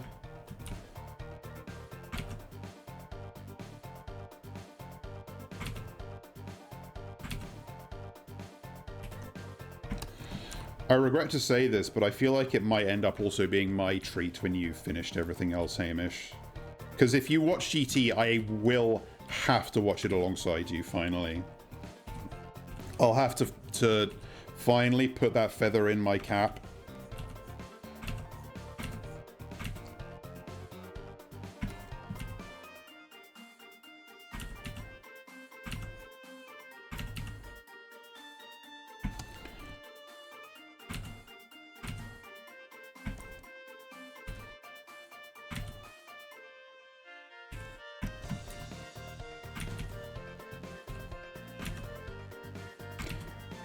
I can't decide if I hope that GT ends up being surprisingly good or, like, really bad. Like, I'd feel validated if it sucked ass. And you know I love vindication, validation, but... I like nice things too. I think I will end up hating Pan in it, which is a shame because I love her in Super and Superhero.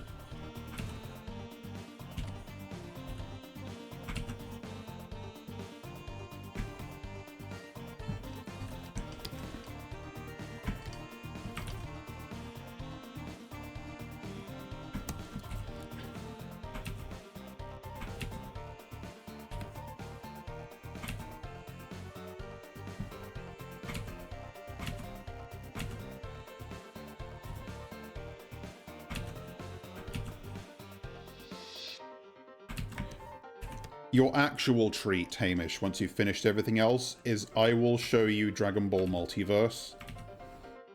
But, you're not ready yet. Not by a long shot.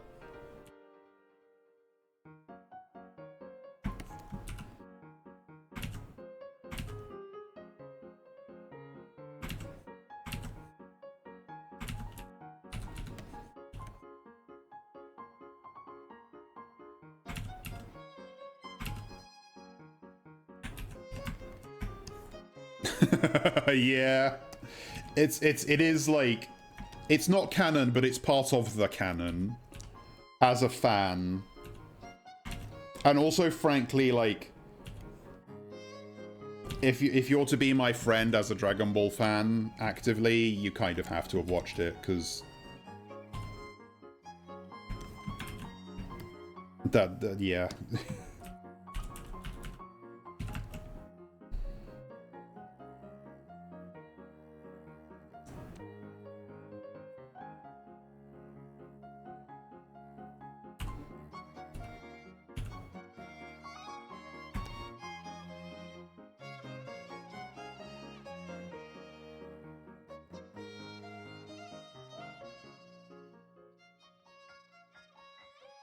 I feel like I saw a jiggle, yeah, there. Oh wait, I think it's... yeah.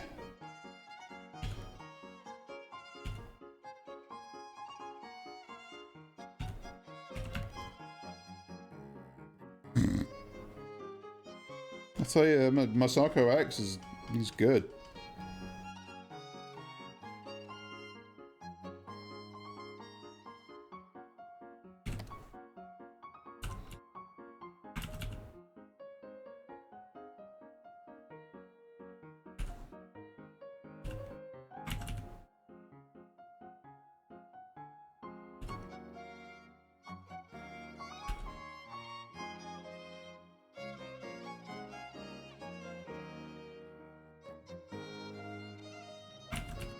Cannot wait to get into the Frieza saga with you on that. Now, this is good.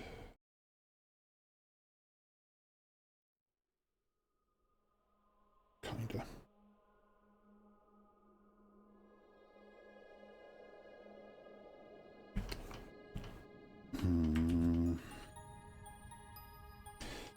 This is awkward because I kind of need a 25th frame on my timeline here, but I can't have that. Problems for future Lacuna.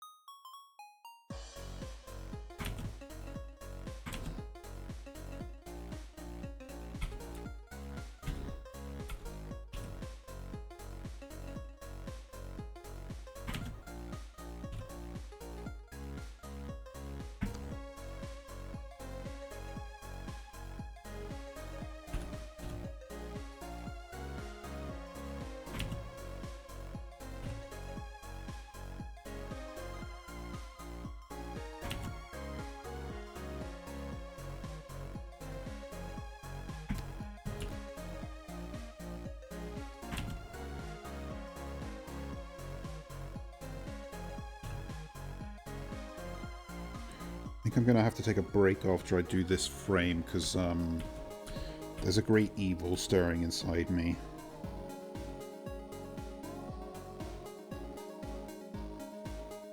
And if you know what I'm specifically referencing with that, you watch my streams too much. Please continue to do so. I want to hit Twitch affiliate this year.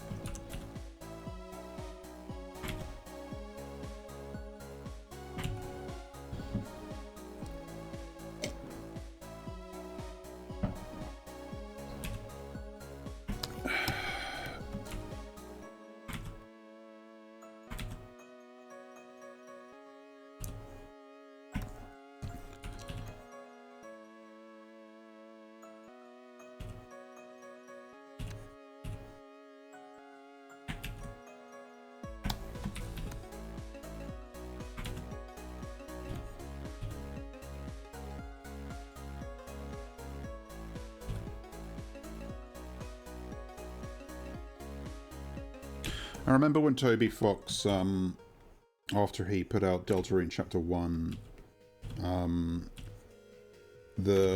of the last tracks is a live piano rendition of the main theme, and he said in commentary that that was probably the last time he was going to get to do something like that, because he had RSI that had progressed to the point where it was difficult for him to play piano. And that's how he had habitually composed music in the past. So he'd have to take a different approach and hoped he could continue to put out the same quality of stuff. And I remember sharing that worry, but he definitely did not drop off after that. Chapter 2's soundtrack was a fucking banger.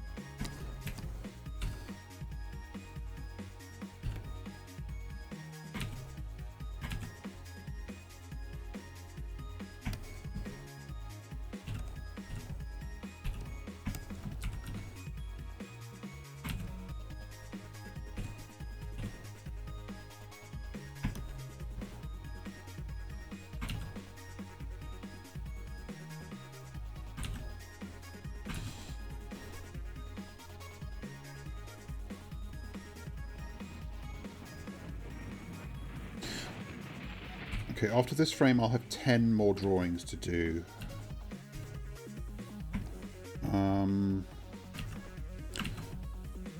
I don't know what that means in terms of how long it's going to take me.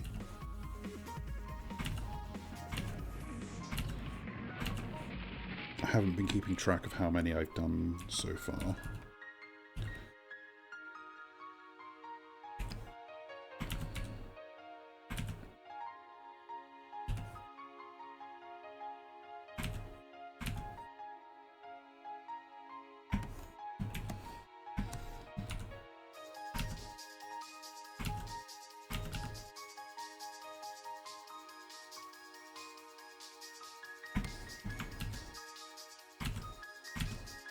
At the very least, I don't really have to sweat about time, because, again, I started this stream at an earlier time slot.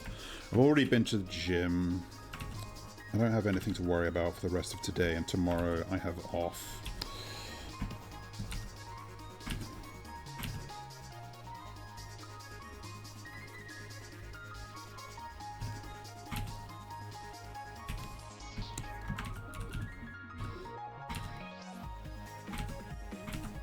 I should make sure that my setup for streaming Rocket Knight Adventures on Friday is good, though. Just the usual, like, check the audio levels, make sure it captures properly kind of thing.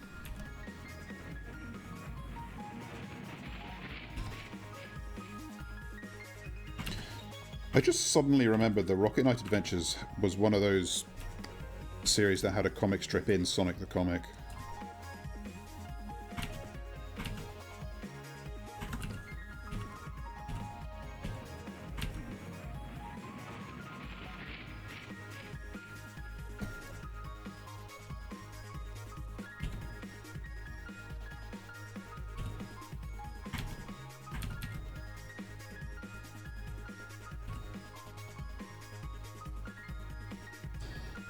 I also connect it in my head to the Tails stories, where he, like, goes to, like, Tails has his own series of stories where he goes to, like, another dimension that's sort of more medieval themed for some reason, and they think he's, like, a legendary hero from his dimension and Sonic is his sidekick, but he kind of just has to, like, rise up and meet their expectations, which is kind of sweet.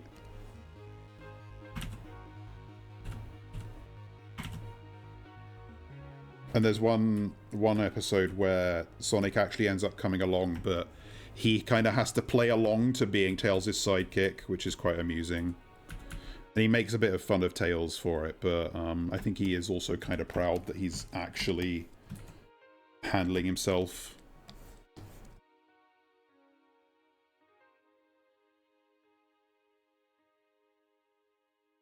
I have a friend who frequently reminds me that he listens to the Sonic the Comic podcast.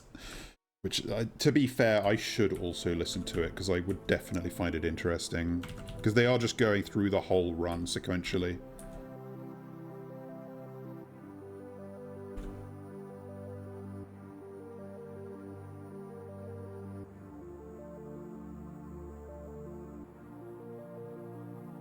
Oh yeah, no, he was,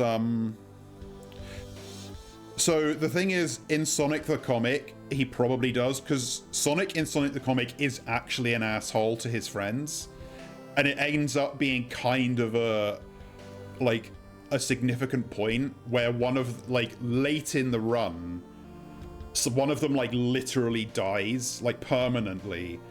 And that's kind of like a jolt to Sonic. He's like, oh, fuck. Maybe I should be less of a cunt to my friends, given that they can actually die. But no, I was thinking about this recently because that friend was telling me how the part where they've got to in the podcast is a story that I never read, where they, like, give Amy's origin story for why she's pink. And I don't know when in the run this must have happened, but yeah, so that's a thing. And It's apparently almost the same reason why Sonic is blue, except that it wasn't that Amy was like running at super speed on a treadmill. It was just Robotnik trying to replicate the same machine that exploded and turned Sonic blue. And Amy stumbled upon the lab by chance.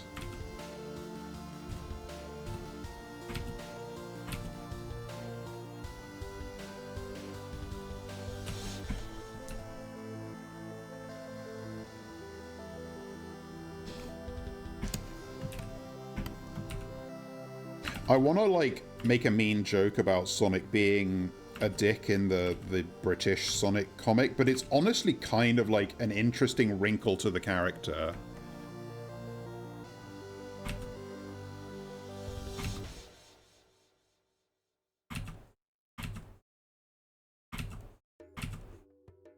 Yeah, honestly, Amy's modern look is a bit, like,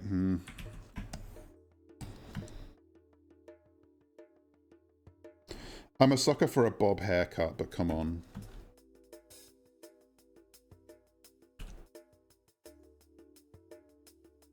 God, I think I was literally saying that to you yesterday, talking about fucking Dragon Ball Z Bulma.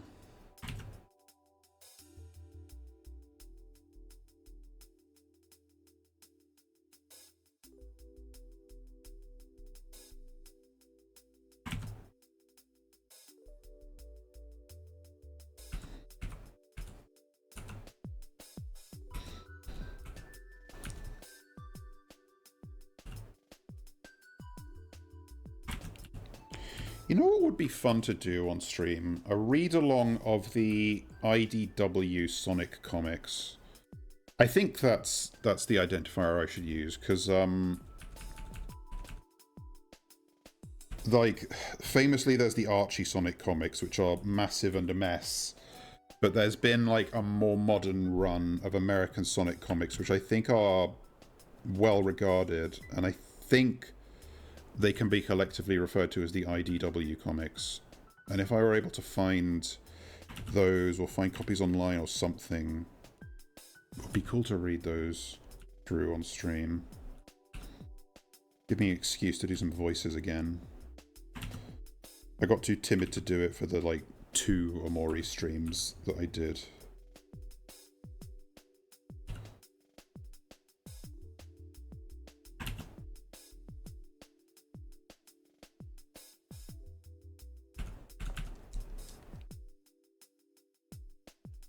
I think I've fucked something up a little bit here in the timing, but I'm just going to have to live with it. And when I say live with it, I mean do it wrong now and then fix it later at great expense to myself. Because I've noticed that the scrunchie here kind of slows down and then jumps up in these frames, and the speed's inconsistent. Kind of thing that no one except me will ever notice, but I'm the only person who matters. Just in general.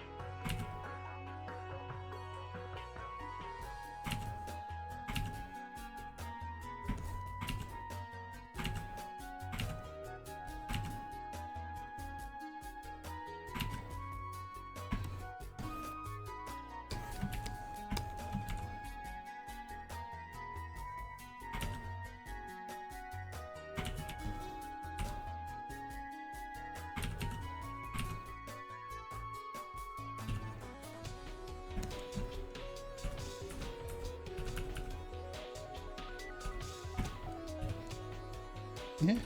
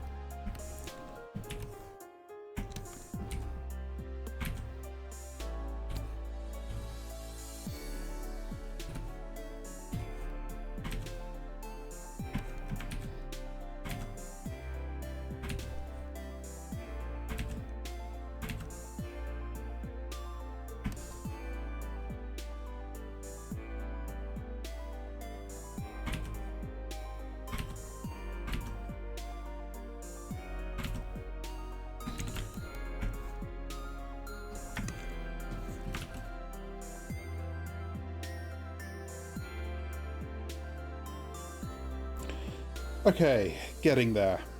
Gradually.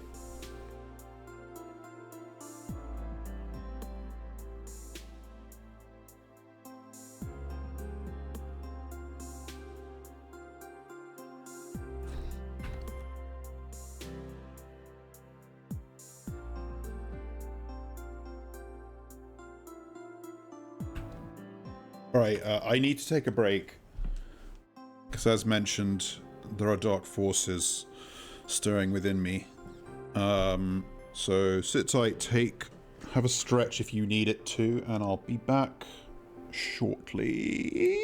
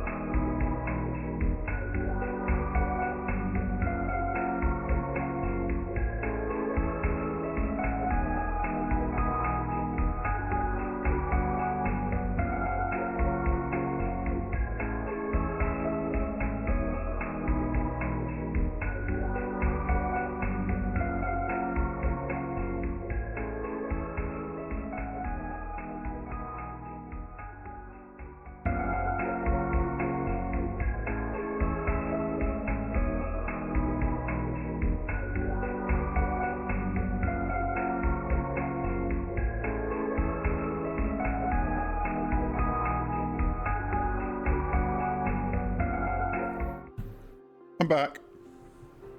Got an apple.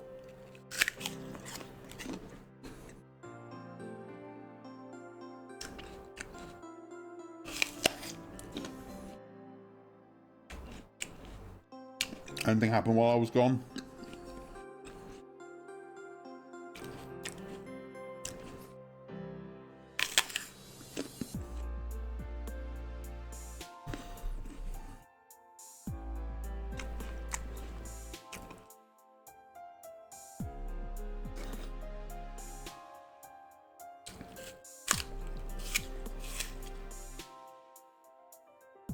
Alright, apple finish.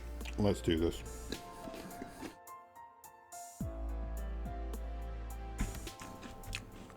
Hi.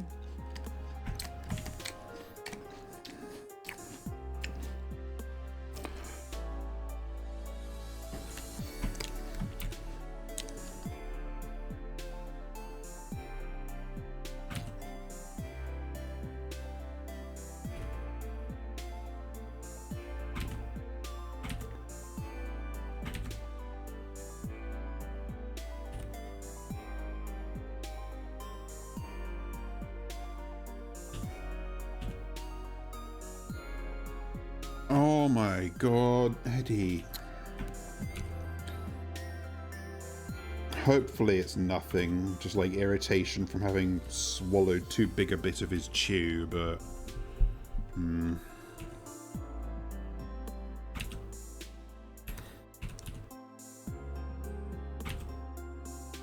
How's he, like, doing otherwise? Is he chipper? Is he sickly?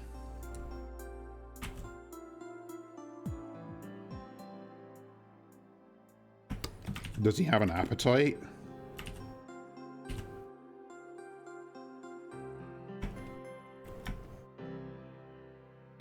Yeah.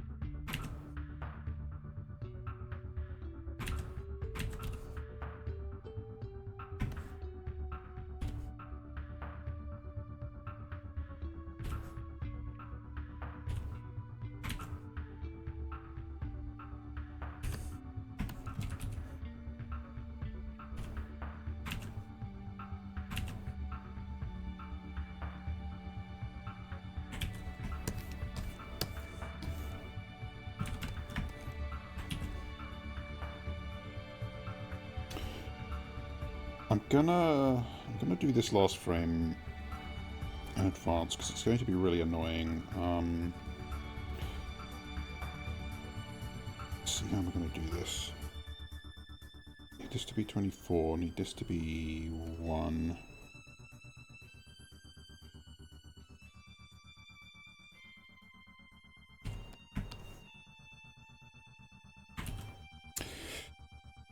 It really is vexing that so few animation programs seem to realize that you need to be able to onion skin your loop, like from the last frame to the first frame. It's a thing that you need all the fucking time. I think Toon Boom can do it. I wouldn't be surprised if TV Paint could do it too. Like, I want to cut Clip Studio Paint some slack, but...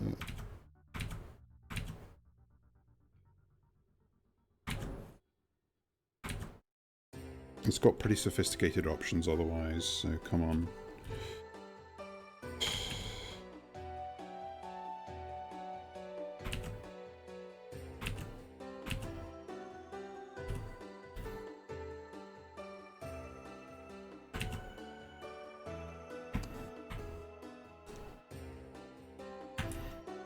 Can actually make a new version for the first time in a while. Ay, ay, ay.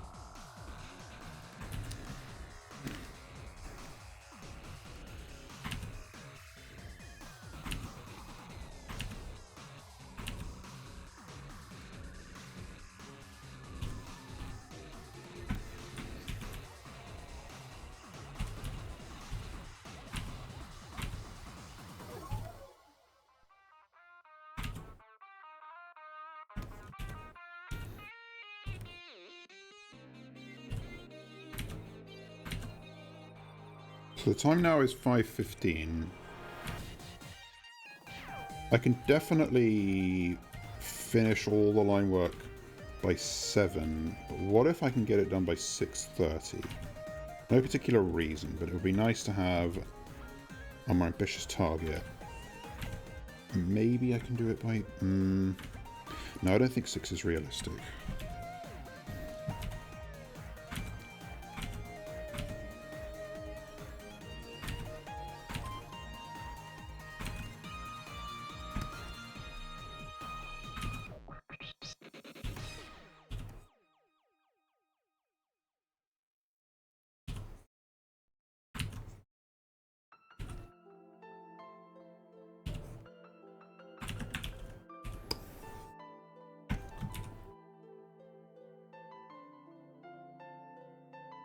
Watch it now take me until like 8.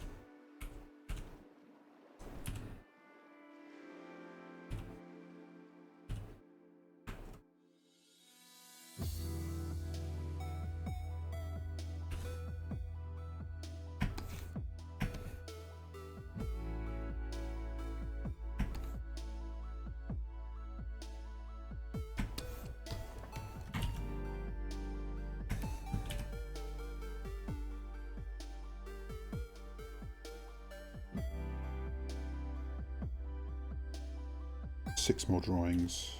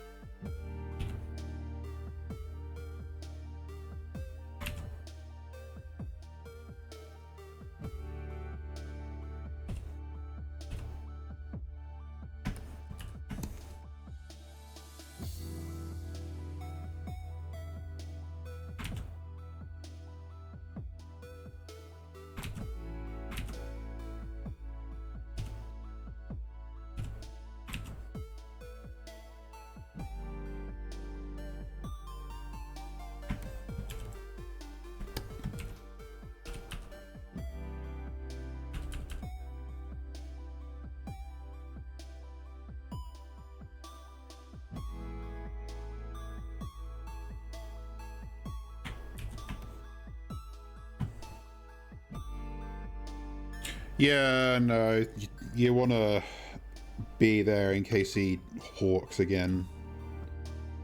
That makes absolute sense. Take care of your son.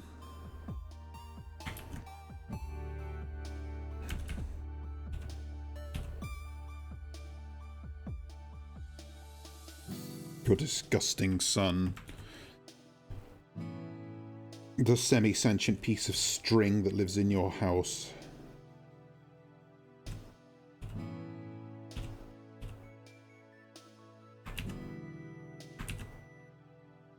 The sock that gets left on the floor and walks around sometimes.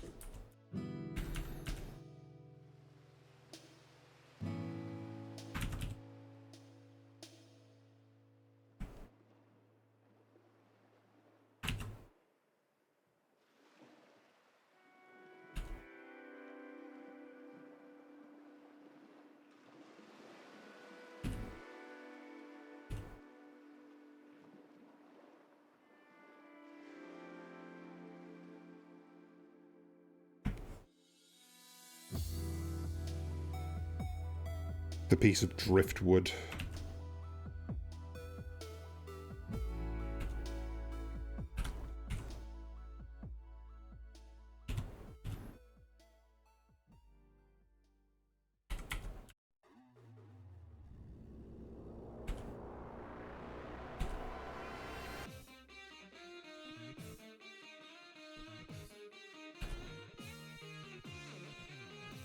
I wonder if there's a way in Mix It Up that I can show, like, the currently playing music track on stream. There are, like, external tools that can do it, but I wonder if Mix It Up has that capability inherently. Granted, it wouldn't really amuse anyone other than me.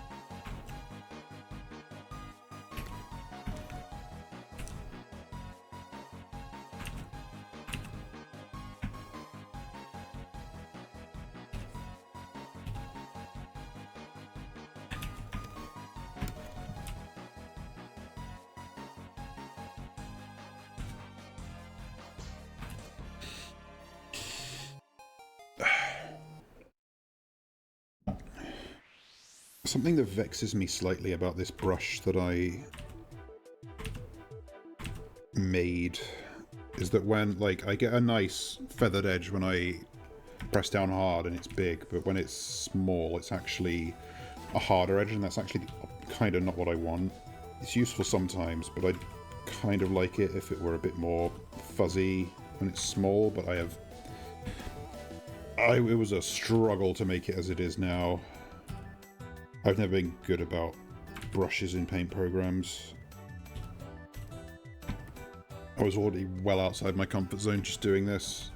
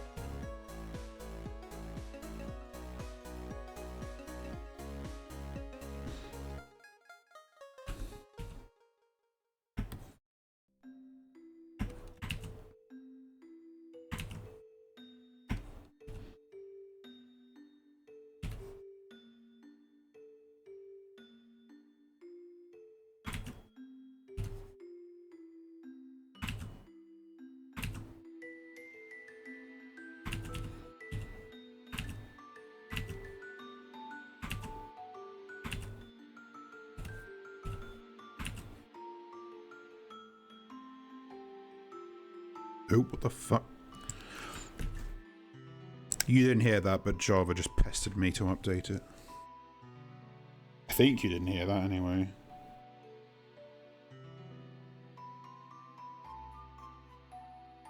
Okay, that line does stop going down. To know.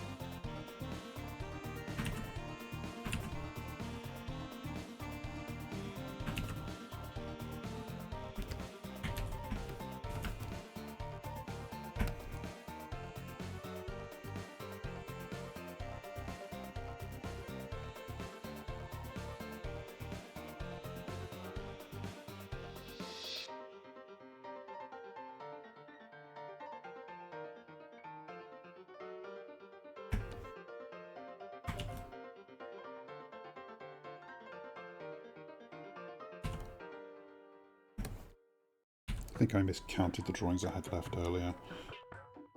1, 2, 3, 4, 5. I think I counted 6 when I had 7. Ugh.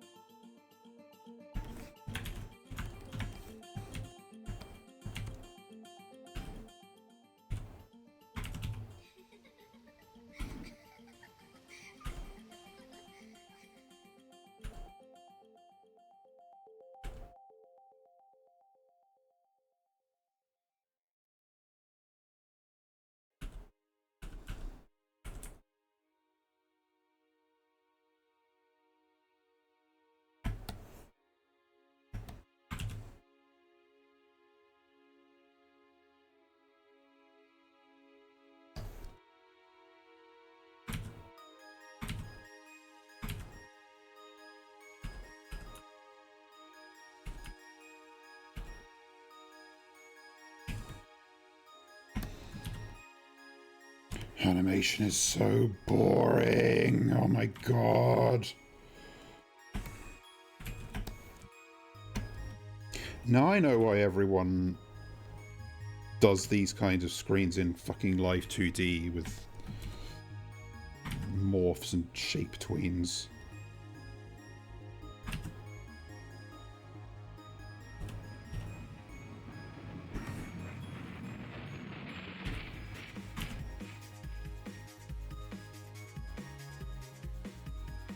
I mean, it's not like I didn't know that before, but I feel it on a more visceral level now.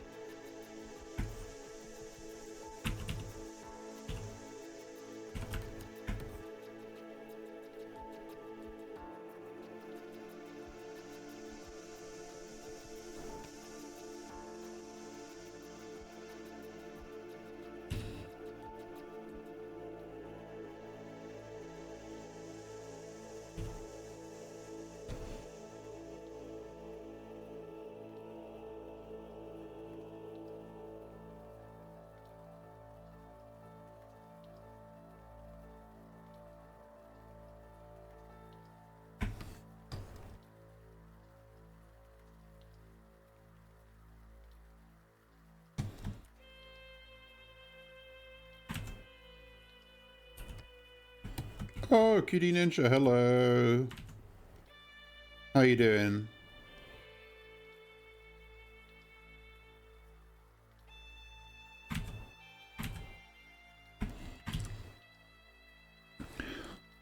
Oh, that sure is a horse you've posted there.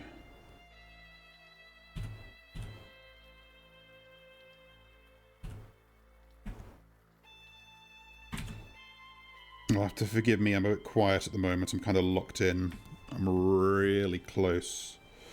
Thank you.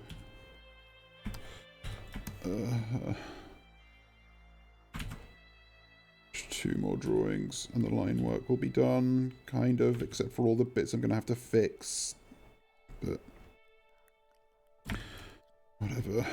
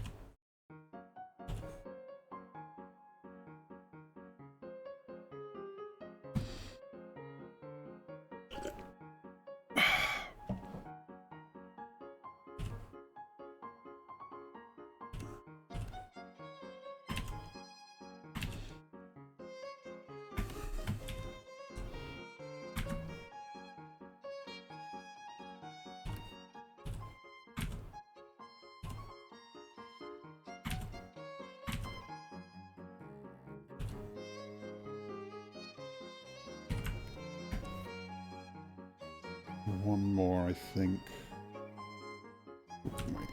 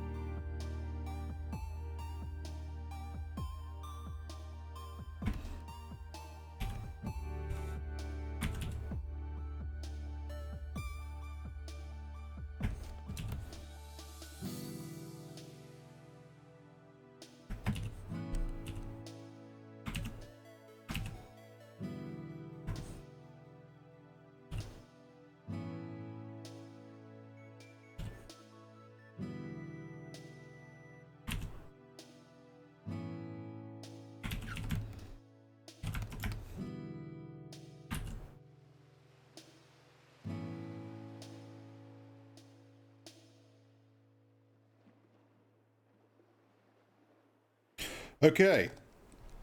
The line work is, with an asterisk, done. Asterisk because there are some things I need to fix.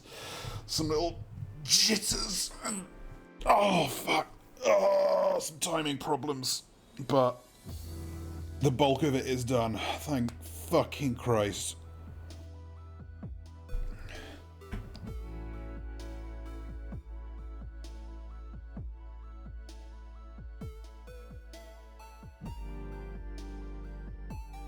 Trying to get it all into the frame in OBS. I'm never completely sure how my CSP window lines up with my OBS. Okay, thank Christ. I'm glad that's fucking done.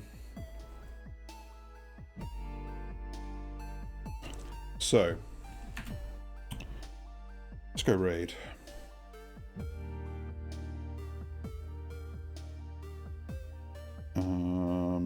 Let's see, who is streaming?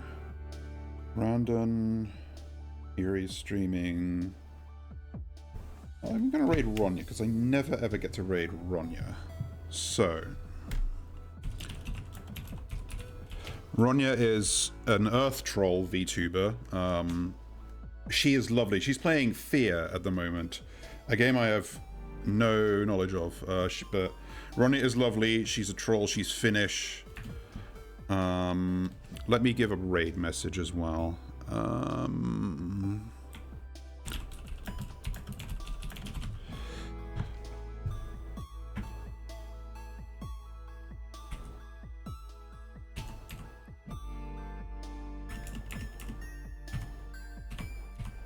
on. Oh, fuck. I want to find an emoji to go with this. I don't have my own emotes. Yeah, hello. There we go. Alright. Spam this in Ronya's chat. Be nice. Be nice to Ronya, but be awful to everyone else. Stay hydrated. I'll see you on Friday for Rocket Knight Adventures. Thanks for being here. Lovely to have you. And I'll see you later. Bye.